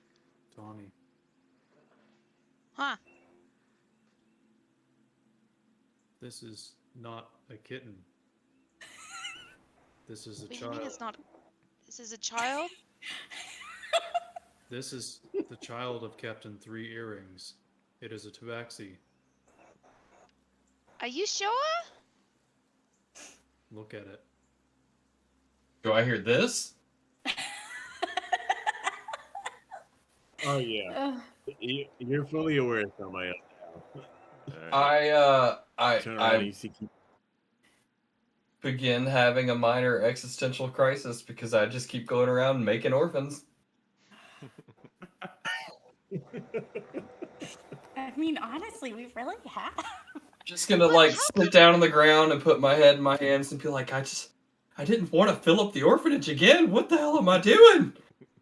Like, actually though, right now, it's got 5 parents. You know, it had one shitty parent that we took care of, and now Wait. look. Now, But like, I'm no. there was a cat on the boat too. So are we sure that it's a tabaxi and not the cat's kitten? Keeper holds his large hand out and lets the tabaxi stand upright. Oh God. Now, look, I'm no expert on babies. But I think to make one, it takes more than just the mom. Yeah, Is there a target? Should we throw this kid in the woods and run? oh my God. I don't But, want to be. I mean- I don't want to be hunted for this baby. Who would the father be? Were there any males on the boat with us? Were there any males on the boat with us? You had the Dwarven brothers. You killed one of the other small guys. tabaxi? Do you think that they would have been the father? Does a tabaxi have to have 2 tabaxi parents, or are there like half tabaxis? I mean, it is really short, right? So I guess it could have been one of the dwarves. I also just want to point out that I found this kitten in a freaking dresser drawer. Whose dresser? 3 Earrings dresser, but in a dresser drawer. You would think that if it was her kid, she'd have like a cradle or something for it. You know, you don't just put a kid in a dresser drawer. Yeah, but you put cats in there. Or they get in there That's themselves. why I thought it was the cat's kitten, and maybe she was just like nesting for it or something. Who puts their own kid in a dresser drawer? Well, now we're back to the cow, not cow argument. In any case, this child is now our charge. Oh my I'm not God. prepared to be a mother. Mr. Keeper, will you help me? I'm not prepared. Like, a kitten mother was one thing, but I'm not prepared to be a tabaxi mother. I'm telling you, we need to throw this thing in the woods and run. I'm not just abandoning it. Look, if anything, we're kind of responsible for the fact that it's an orphan right now. You know, But I take issue with that. If the dad is still alive, then it's not an orphan, and we're in trouble. But do we know who the father is? Well, I mean, I we- suppose that when we go back to Port Somali, we could talk to Megmi and see if Megmi knew, like, who 3 Earrings was sleeping with. But, like, until then, we can't just leave. Like, this thing is helpless. This isn't like the kids on Port of Flora. You know what I mean? Like, this thing, like, it looks like a kitten. We're all gonna die. Cowman, Yes. do you have the ability to have animals carry messages long distances for you? Oh, wait. And I'll turn to Tawny and go, Dark Girl, can you do this? Dark. So, someone talk to the birds. Why would I need a bird to carry messages for me? Someone does. We should talk to Megmeet sooner than the last... whatever, we need to know. Did we kill the dwarf daddy? Oh, is the dwarf the daddy? Look, there's no helping it now. We're on our way to Port Zune. The kid's just kind of gonna have to stick with us for a little bit. Oh, God. Connie, Yes, Mr. Keeper. if the weight of this charge is too great, please allow me to carry you as you carry this child. I mean, I'm not I just, I'm not prepared to be a mother in the sense that, like, I don't know what babies need as opposed to, like, adults, and, like, like, I should probably, stop putting it in my pocket. Like, just a little bit of help. I mean, I'm all for, like, keeping the kid, but I just, like, we gotta protect it now. It's like our charge. I mean, Yes. you've been feeding it pocket fish, and that seems to be okay. The pocket fish was fine. I got good berries that can sustain it. Mr. Keeper's a wonderful cook. We could get it some dumplings, milk, all that stuff. But, like, Yeah, during fine. battle and stuff, I wild shape and I can actually, like, set myself on fire. And I don't know if the tabaxi's fire resistant. So maybe during battles, like, maybe Mr. Keeper should hold on to Ash during, like, fights and stuff, because I don't want to hurt the little thing. Wait, this could answer another one of my questions. Does it transform with you? I mean, I haven't tried since What acquiring if Ash. you stuff it in your mouth and try to wild shape? Why my mouth? Why can't I just put it in my coat pocket? My Well, coat changes with me. Because that's not inside of you, and we just found out it's a baby, so it probably shouldn't go in your butt. I'm not putting a cat in my mouth. How big? Wait, hold on. First off, okay, I know the kitten's kind of small, but exactly how big do you think my mouth is? See, this confused me Or too. her butt. This confused me too, because the cowman talked about the weight of responsibility, but it can't weigh more than a pound, right? It's very tiny. The weight of responsibility and the actual weight of the kitten are two very different things, Mr. Samael. That doesn't sound right. Like, I'm not exactly what you would call a learned individual, but even I can understand a metaphor. Take this Someone book, didn't for use example. intelligence as their dump stat. I did. Look here. I was gonna say, did we all? Look here. Just a This is party of idiots. This is the book entitled Stone Cold Chef by Gorgon Ramsay. It weighs about as much as Ash, perhaps a little heavier. Oh, good. I thought you were going to suggest cooking the child. I can lift this book. I can lift this book with great ease. However, when I hold this book out before me, day in and day out, it becomes very heavy, far greater than it did when I merely held it for a moment. The weight of rearing a child is much the same way. You must have the endurance to manage that 1-pound cat. And soon it becomes a 50-pound cat and a 100-pound cat. I could teach the cat to be a fire druid like me as it grows, and then I wouldn't have to worry about it catching on fire when we was in battles. In the meantime, if you would like, I can stow Ash away safely. Like in your pocket? Or butt? See Don't here. know. Keeper It's gotta be larger than yours. Keeper shows several large pockets he has on his vest, where he keeps like his little gelatinous cube in a jar, and some other odds and ends and treats for animals and stuff. I can keep him safe under my armor. I do not expect to be combusting. Okay, yeah. Is it gonna remember that we're having this conversation? Because I'm gonna feel really bad if it, like, how is like. You get, ugh. 100%. you get an idea that it's like Ash is kind of like maybe 1.5. Okay, good. It's a baby. It's not it's a gonna baby. remember that we talked about throwing it into the woods and running away. Wrong. Cats can remember do I'll it. talk everything. about it. I am not ready to be a mother, but I am fully finding myself falling into that role because I had already accepted the cat as my pet, and it becoming a child makes no difference to me. Oh. I mean, Brilliant. while we're on the road, he can I'll hold him, I'll let him sit on my shoulder, whatever he wants to do. But definitely once we get into town, we should, between you and me, he should probably be supervised in a pocket, at all times. Yeah.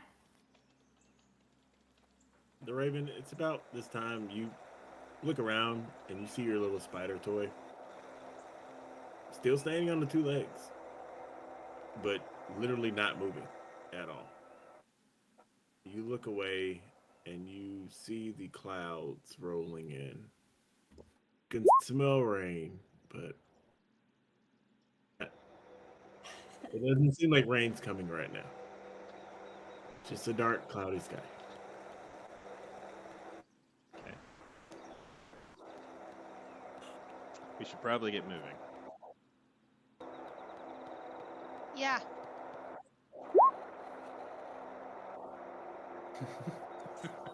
All right. You guys load up the cart and hurry along. You're back on the road. I will dutifully, using my druid craft, which can snuff out flames, make sure that the campfire is sufficiently, not gonna set the surrounding area on fire. Does anybody have magic that can make stuff be dry? It's not necessarily setting it on fire. I look at Tawny. Define dry. You know, like how I yarfed up a bunch of water? This is gross. I just hold up all my wet belongings. I mean, if I produce flame in my hand, I could just hold this and you can just kind of use it as a little dryer. You want me to A little just heater? yeah, just Okay. kind of slowly run, not touch you, but slowly just hold it up and down the length of your body. Yeah, we'll do that. We'll do that as we go. Okay. So, Hey, as Keeper is rolling. Yeah. Oh, go ahead. I was gonna just say. So, anybody else drawn last night? Just a little bit.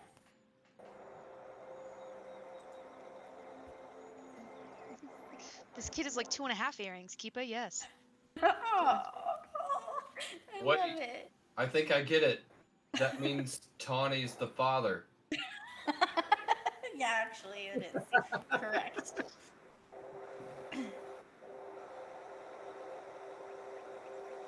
So, anybody want to look for a perception check? Just keep a I am lookout. officially distracted with a baby tabaxi and will not be doing perception checks today. Beautiful. Nice.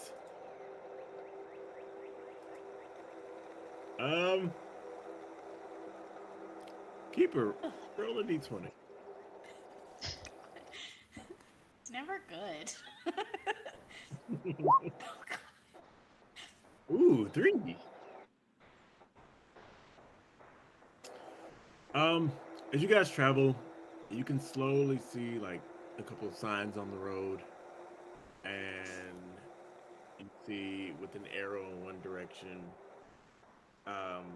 etched on the sign, it said Spale, Village of the Wines. And then further along on the top, kind of like a road sign where you see, it says, at the bottom it says about 16 miles. And on the top you see Port Zoom is another, under that you see about 65 miles under that. So kind of like your road marker. And Cooper, as you're moving along, you listen to the horses bicker back and forth. I think it's gonna rain today. I mean, you think water's gonna come from the sky? Oh, please let a dragon come eat me now, says the other horse.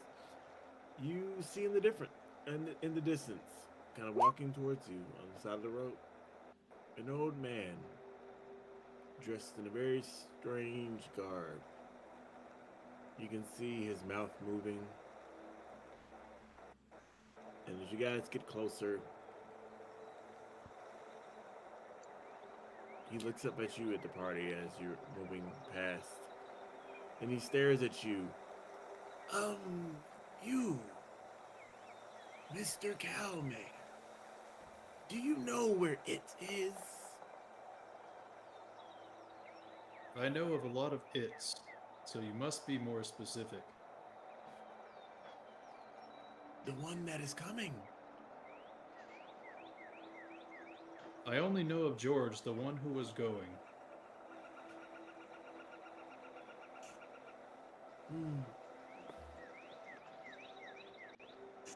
He's coming. They're coming. And the man walks off. Keeper writes that down. Hey, that guy seemed good with kids. Should we see if he wants a baby?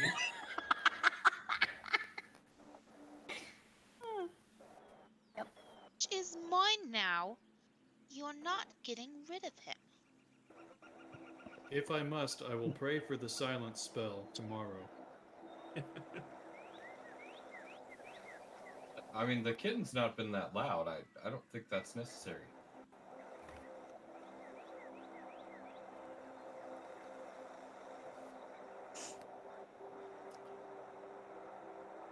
And as the sun begins to set, you guys pull up. And you see the landscape change. You see vineyards as far as the eye can see. The smell of sweet wine hits your nostrils as you roll through. And you reach the town of Phelan.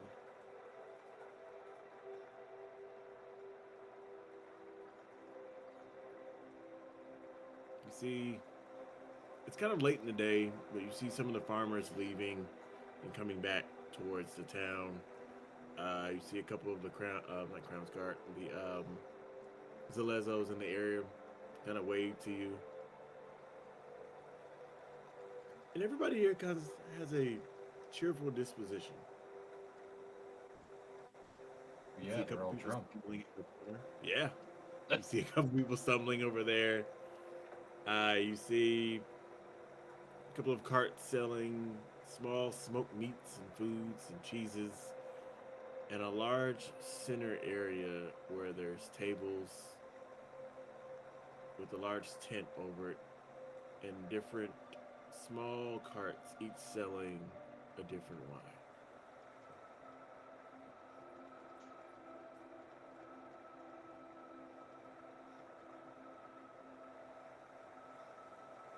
Semiel begins a personal quest to get at least a cup of each, if not a bottle. Okay. So you guys see a couple of inns. This is probably a good place to bed down for the night. You jump out. Grunder would be having shakes. You jump out of the cart and you run up to the closest cart. You see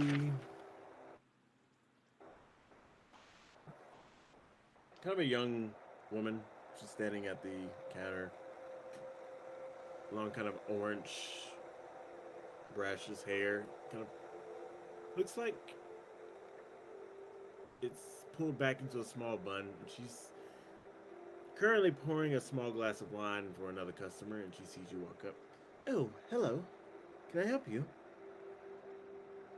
I want one of every wine. Oh, well, you have to visit the other stands here, but we are the Solovia family, and this is the best wine you'll find in this little hovel of a city. And you hear somebody on the other side. Oi! You've got to be kidding me. Solovia family wine? That thing tastes like shit. You want Oveso's wine? Yes, come here. Come to Oveso's wine.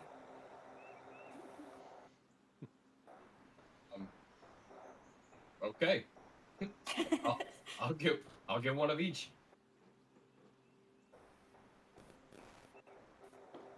As you go to pay the lady, each of the glasses of wine are about 2 gold. Yeah. Okay. You pay both. You pay both of them, and you hear another woman from the other cart kind of scoff at you. You look like riffraff. You obviously couldn't afford the Russell Calls wine. I look around, like behind me, to either side of me. Are you speaking to me? Obviously, if you're drinking that dribble. I look like a riffraff, and I flourish my cloak. I tap Samael 3 times on his shoulder and give him a little nod. Hmm.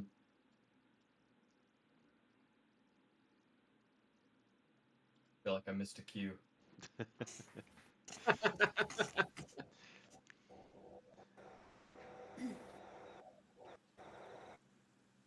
I'm gonna walk over to her and say, "How much?" I'll sell it to you for 3 gold if you pour out that dribble you have in your hand. Certainly, and I chug it. Tasted like dirt, didn't it? Well, the first glass was good. I'm gonna start kind of slurring. The second glass is different. And now I'll try yours. Fine. And she pours you a glass. That'll be 3 gold. Sure. And I'll hand over like 6 gold because I can't count anymore. No, a tipper, big spender. Obviously I was wrong. And you hear another voice from behind you, Samael. Well, if you're going to drink that trash, you must come try the best wine here in Fairland. The Cutthroats Silver Premium Red Wine. The best. And you see this old man look around. The best wine in this part of Exandria. And you hear all the rest of the carts kind of laugh and scoff at the man. Wait, there's better wine in Exandria than here? Right here, my good man. Right here. Yes, but you said this was the best wine in this part of Exandria. Where do I go for the good stuff? I didn't mean that. I meant here. This is the best wine in Exandria that you'll find anywhere. You need a marketing agent. I tell you what, I'll help you with your pitch for a free glass of wine.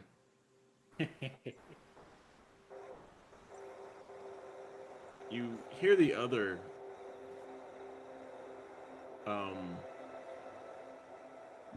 vendors kind of peek up. A pitch? No, no. You should pitch my wine. My wine's the best. Oh, oi, your wine? No.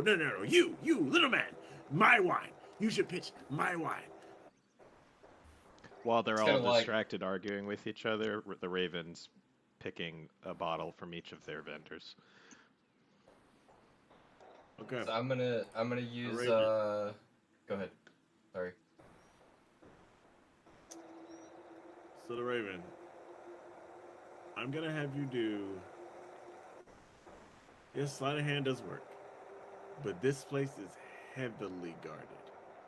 You see out of the corner as you're getting closer to the carts, you see a lot of the Zalezo in the area have their eyes almost trained on you, and then they lose them. They don't see you. You think you're pretty good.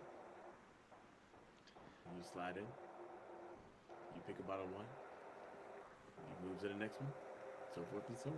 And you have 5 bottles of wines. I'll give you the name of them later. Right. But go ahead, Emil. So I'm gonna get everyone's attention, and I'll just call out a contest. I demand a contest. You all want a pitch? Yes. Yes. Help for a pitch.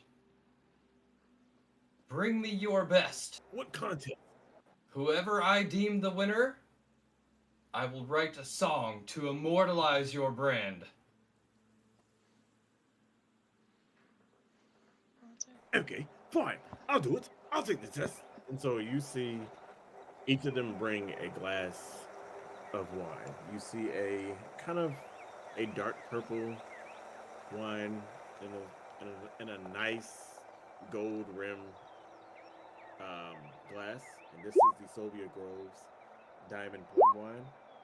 You see a dark red wine. This is the Obeso's family dark red wine, and he gives it to you in like this golden goblet. Um, you see a sleek kind of flute wine glass with a kind of purplish hue inside of it, and you know this is the Russell calls Evening Dream Plum wine. You see another goblet in the shape of a dragon, and you see a white wine inside of it, almost clear, but you can still see like the brackishness of the grapes. And this is the Sylvia Grove Sunset white wine. And then in the very last, on your far right, is the Silver Chalice, and you see the Cutthroat Silver Vineyard Premium Red Wine, and it's almost like the color of blood. It's just a dark, dark red wine.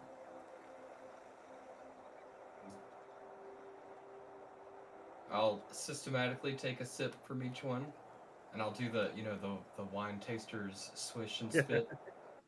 Okay. You taste the first one. It's pretty good. It's decent. It's a full body textured flavor. You hint a bit of what am I thinking of? Not charcoal, but kind of a real like Merlot kind of taste to it. Okay. You taste the next one, the dark red wine. It's hearty, it's beefy. It's a really good mixture of wines, and it's almost like a blend. But you taste a hint of bourbon on the side. And your palate's pretty refined. You've been drinking a lot, and you've been around at different places. You and the Raven have got pretty good palates from working in the bars. You take the next wine, and it's a sweeter wine. It's very plum flavored, and you kind of get it's more like a dessert wine to you. The Raven notices that Samael has pretty much reeled them in. So while this is going on, he's also going to take the opportunity to pick off a little gold from each of the vendors. Do they have it on their persons or like in a safe box? For the vendors, they'd probably keep it in a safe box that's locked behind each cart. I will say with each attempt at stealing, you get a little bit more noticeable. Okay, I'll do one. Oh gosh. You go in the first cart.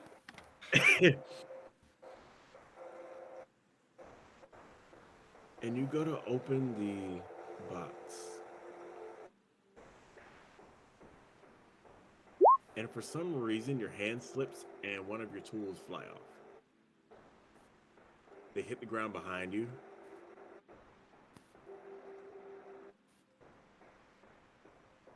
And you see one of the Zalezo, like, finally find you and train their eyes on you. And, like, they're watching you intently. I try to hide. Use the hide action. Okay, go ahead. Where are you hiding? I try to like fade into the crowd. Okay. Assassin's Creed style, you see a family walking past, kind of like looking at your party, and you slip in with them and are like walking in tandem in step. You see a little girl with brown hair kind of look up at you. She kind of just grabs your hand and walks with you. Birdie. The parents don't really see you. It's just you four, just walking. Alright. Please continue the tasting. Do I notice the raven at all? I generally try to keep an eye out to make sure I know when to pull more attention. You see the raven walking hand in hand with the family off down the road around the corner. This is me now.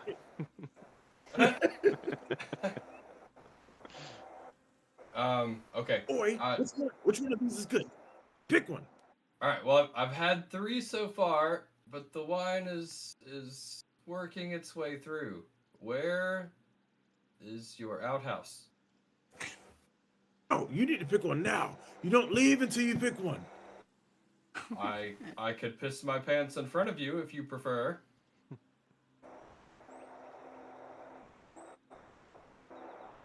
Okay, fine. Go find the outhouse. Okay, yeah, Samuel was like unlacing his pants in front of the crowd. Oh my god. You see the women vendors kind of like cover their eyes, and then you see the old man like kind of trying to peek and get a better look. Jeez. I'm gonna stumble off in the direction of the raven and try to find him near a building.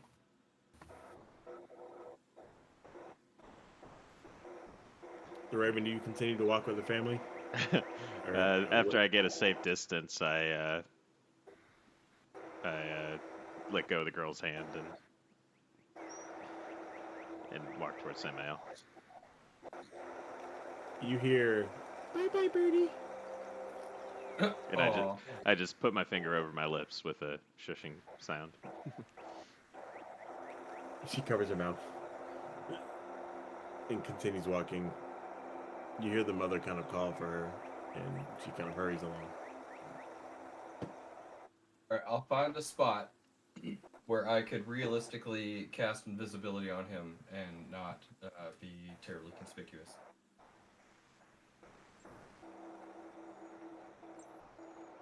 Okay, you can find a slit in between a couple of buildings. You can slide into like a small alleyway. Or I tell you what, if I notice anyone looking at us, I'll begin casting the invisibility spell very quietly, and then suddenly I'll just shove him backwards so that it looks like he falls into, a big pile of crates or something to finish the spell. Okay.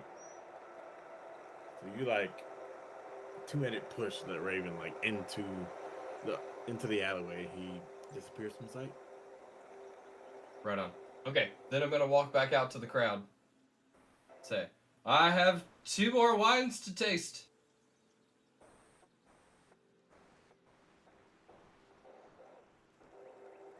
They're like expectingly waiting on you to pick up the wines. Yep. All right. So I'll go taste the other 2 wines. Okay, you taste the sunset white wine. It's almost like a summer wine. It's very crisp, almost has a hint of apple to it, and it's a pretty good flavor. And then you have the very last one, the premium red wine, and it's like a dry wine. Like it's almost like as soon as you drink it, it evaporates in your mouth. But it's pretty good. It's a very nice berry taste. It's like mixed with raspberries and almost a hint of a berry that you had yesterday.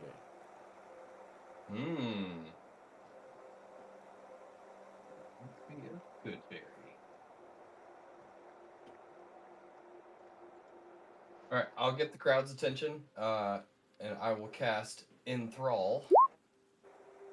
Ooh. And I'm just gonna rave about all of the different wines. I'll point to each family. Your wine is very unique. Your wine tastes like beef. No, is beefy. But blended?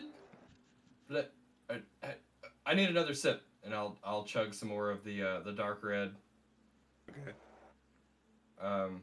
So I'm distracting so that he can go back to cutting purses invisibly this time. Okay. All right.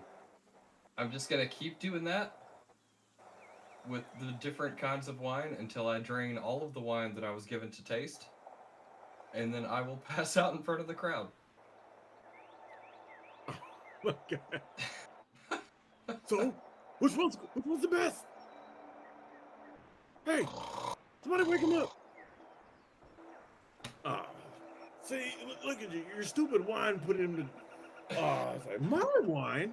Obviously, you're a barbarian piece of trash. Probably barbarian. You hear them like bickering back and forth. Well, Samuel, you don't hear anything. All right. So the Raven, Oh shit, dude! you grab. Should be advantage, right? You're Two. invisible. Yeah. You grab three out of the five purses. The other two, they like as soon as you go to grab for them, they move out of your grasp and they're like walking back to their stands. Oh, like they're all raising hell, just throwing their hands up in the air, like they're just pissed because now that he's asleep, nobody gets an endorsement.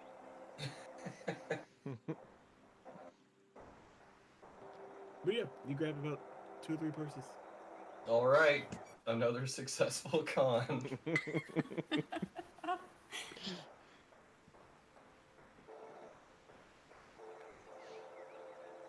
So what are you guys doing? Keeper has been looking for healing potions.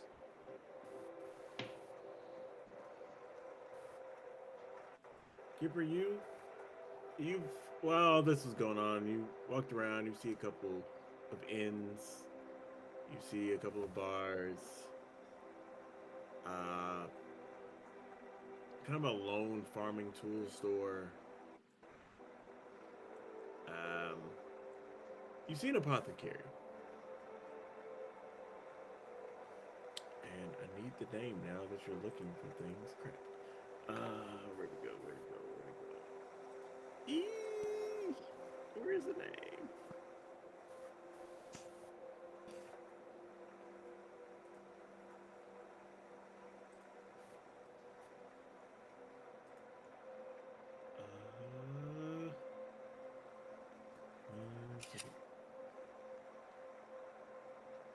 Screenshot.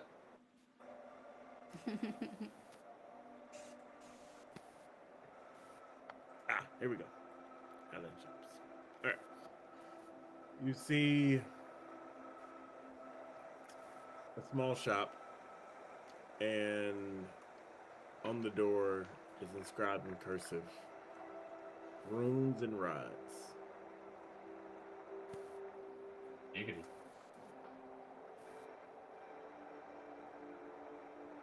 You enter in, you hear a little ding, ding, ding of the bell at the door, and to your surprise, Keeper, you see someone that looks kind of like you. Sister, we found her. You see a cow person. He has short, wavy purple hair and is currently at the counter just wiping down the counter. He sees you walk in. Oh. Well, how you doing? It's been a while since I've seen another one of me around. Yes. Likewise. Where do you come from? Me? Oh. Everywhere. But now I hail here in Phelan. I am from the Pearlbow Wilderness. I am the keeper of the willow tree. Pearlbow Wilderness. Don't know where that is, friend, but Have you heard of Rexcentrum? Rexentrum, yeah. I've been there a couple of times. Yes, north of Rexentrum. North of Rexington. Haven't been there, but I'll check it out the next time I'm traveling. What can I do you for, Mr. Keeper? Yes. Keeper's a little flustered. I am looking for potions. You see, I am with a party of adventurers, and we are traveling and are naturally finding ourselves in quite a bit of danger.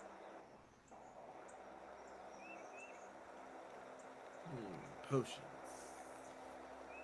Of the healing kind, I guess. I would start there if possible. Alright, he reaches up, grabs a small little box, pulls it out, and you see three little vials with red swirling liquid in them.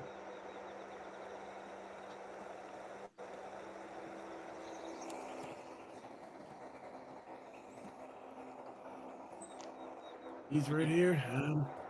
Not as much as I got. We don't get too many ventures running through here, but we do get the occasional drunkard. Yes, we've had our share of those recently. So tell me, what type of healing potions are these? Are these the basic kind? He takes off the cork off one and kind of sniffs it a little bit. Ah, yeah. This one's greater, and these two are just regular healing. Yes, these will do just fine. Do you have other potions, or perhaps any herbs and spices? Things which I may be able to use for cooking.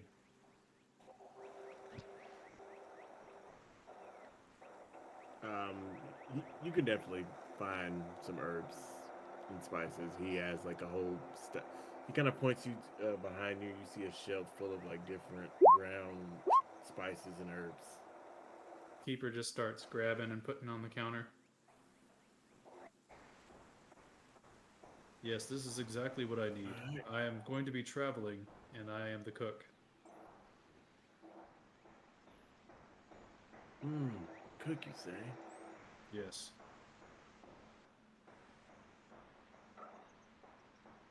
Don't I know you from somewhere? I would not know. I have not seen another of my kind in many years. Traveling party of adventures.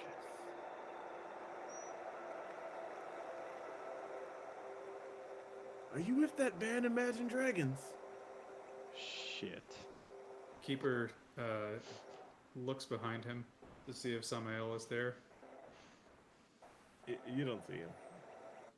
Imagine Sleep in the Dragons gutter, man. is there. I would like to know more about them. Have you seen them recently? Oh yeah, and Megadronus, they were pretty good. They got a cow, man, just like you, playing the drums, or the bongos, or whatever those weird instruments are. They got a lute player. She's like a dragon, like a walking dragon lady or whatever. They got an elf singing backup. A little small man in the front. What's his name? Sam, something. Wait, that's just his stage name. Galdrick is his real name, but he goes by this Sam name. I can't remember, but he sounded pretty good. It was a pretty good concert. I think they're there for a couple more months. In Nicodranus, you say? Yeah, Megadronus. Oh yeah, they had that they got like this girl. She's got like this weird kick going on. She's got like a bird mask, and She was like all dark blue and stuff, and you know, she, yeah, yeah, they're pretty weird. But I think the bird mask is kind of, I guess, supposed to resemble a dragon. Or maybe the dragon lady's actually the front name of the band. But yeah, you know, Imagine Dragons. That's the band.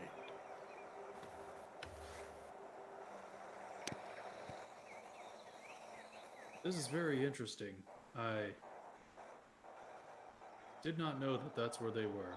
I have been very interested to see their music. I mean, hear their music. Well, they're there for a couple more months. But you gonna take all this on the counter? Yes, do you have any other potions that might serve other utilities? Hmm. Let's see. What are you looking for? Hmm.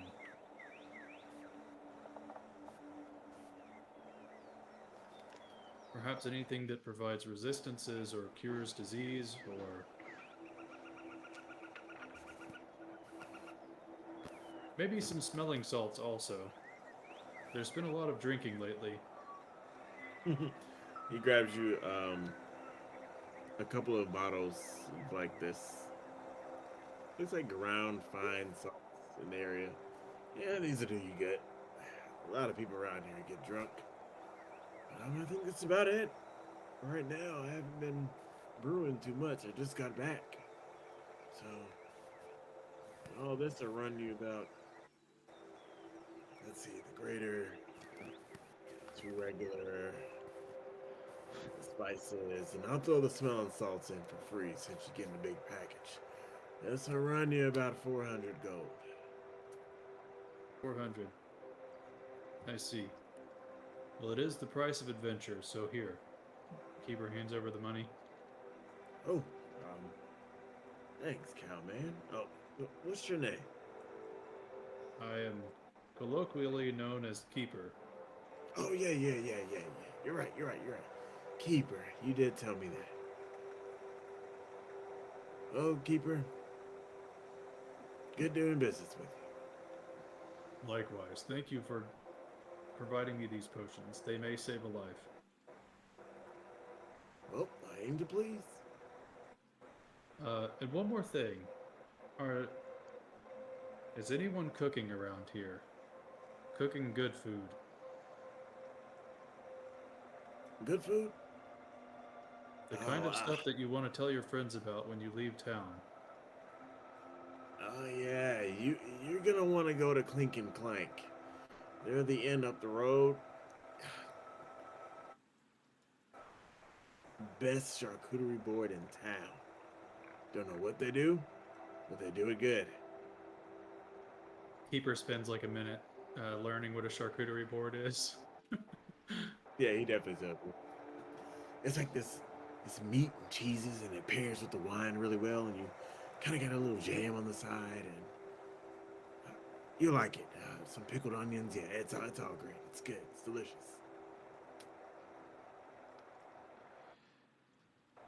Well, then I must learn to make this.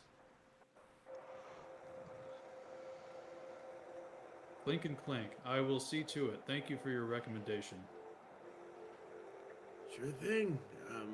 Name's Jericho. If you ever need to come back around here. Jericho, I just might. We never know where the road takes us. You be safe out there, brother. He goes back to wiping down the table. Keeper heads back to see Samael passing out.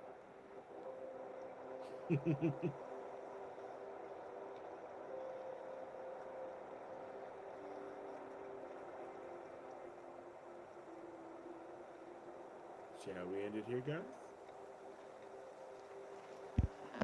Works for me. Kind of be. Tawny's just been sitting on the cart with Ash saying, Mama, Mama. Jeez. Actually, no, she doesn't want to be Mama, so it's Tawny. Tawny. Kid's gonna die. No. Hey, how much money did we make? Oh yeah. From the take, 3 purses. Raven, roll a d10. All right.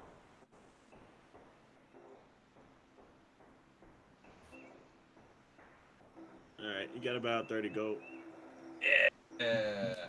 All right. Investment paid off. I got the drink. Split it between us. Right on. Also, 5 bottles of wine, I think. Oh yeah. And let me go back to the page because. All right, so the dark plum wine is worth 60 gold.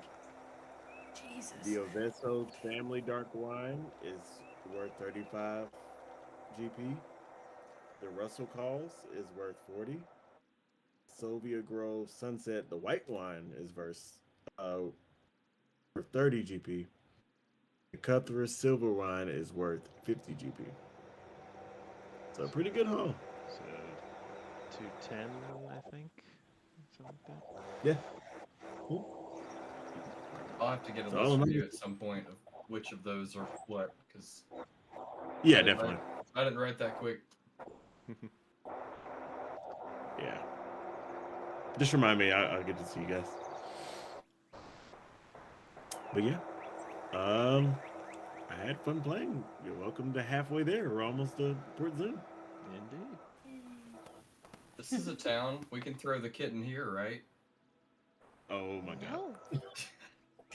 No. I am now known as the keeper of the kitten. Yes.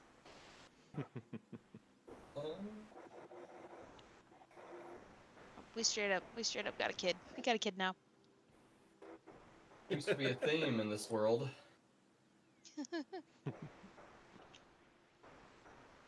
Also, I realized looking at D&D Beyond, I didn't exactly pick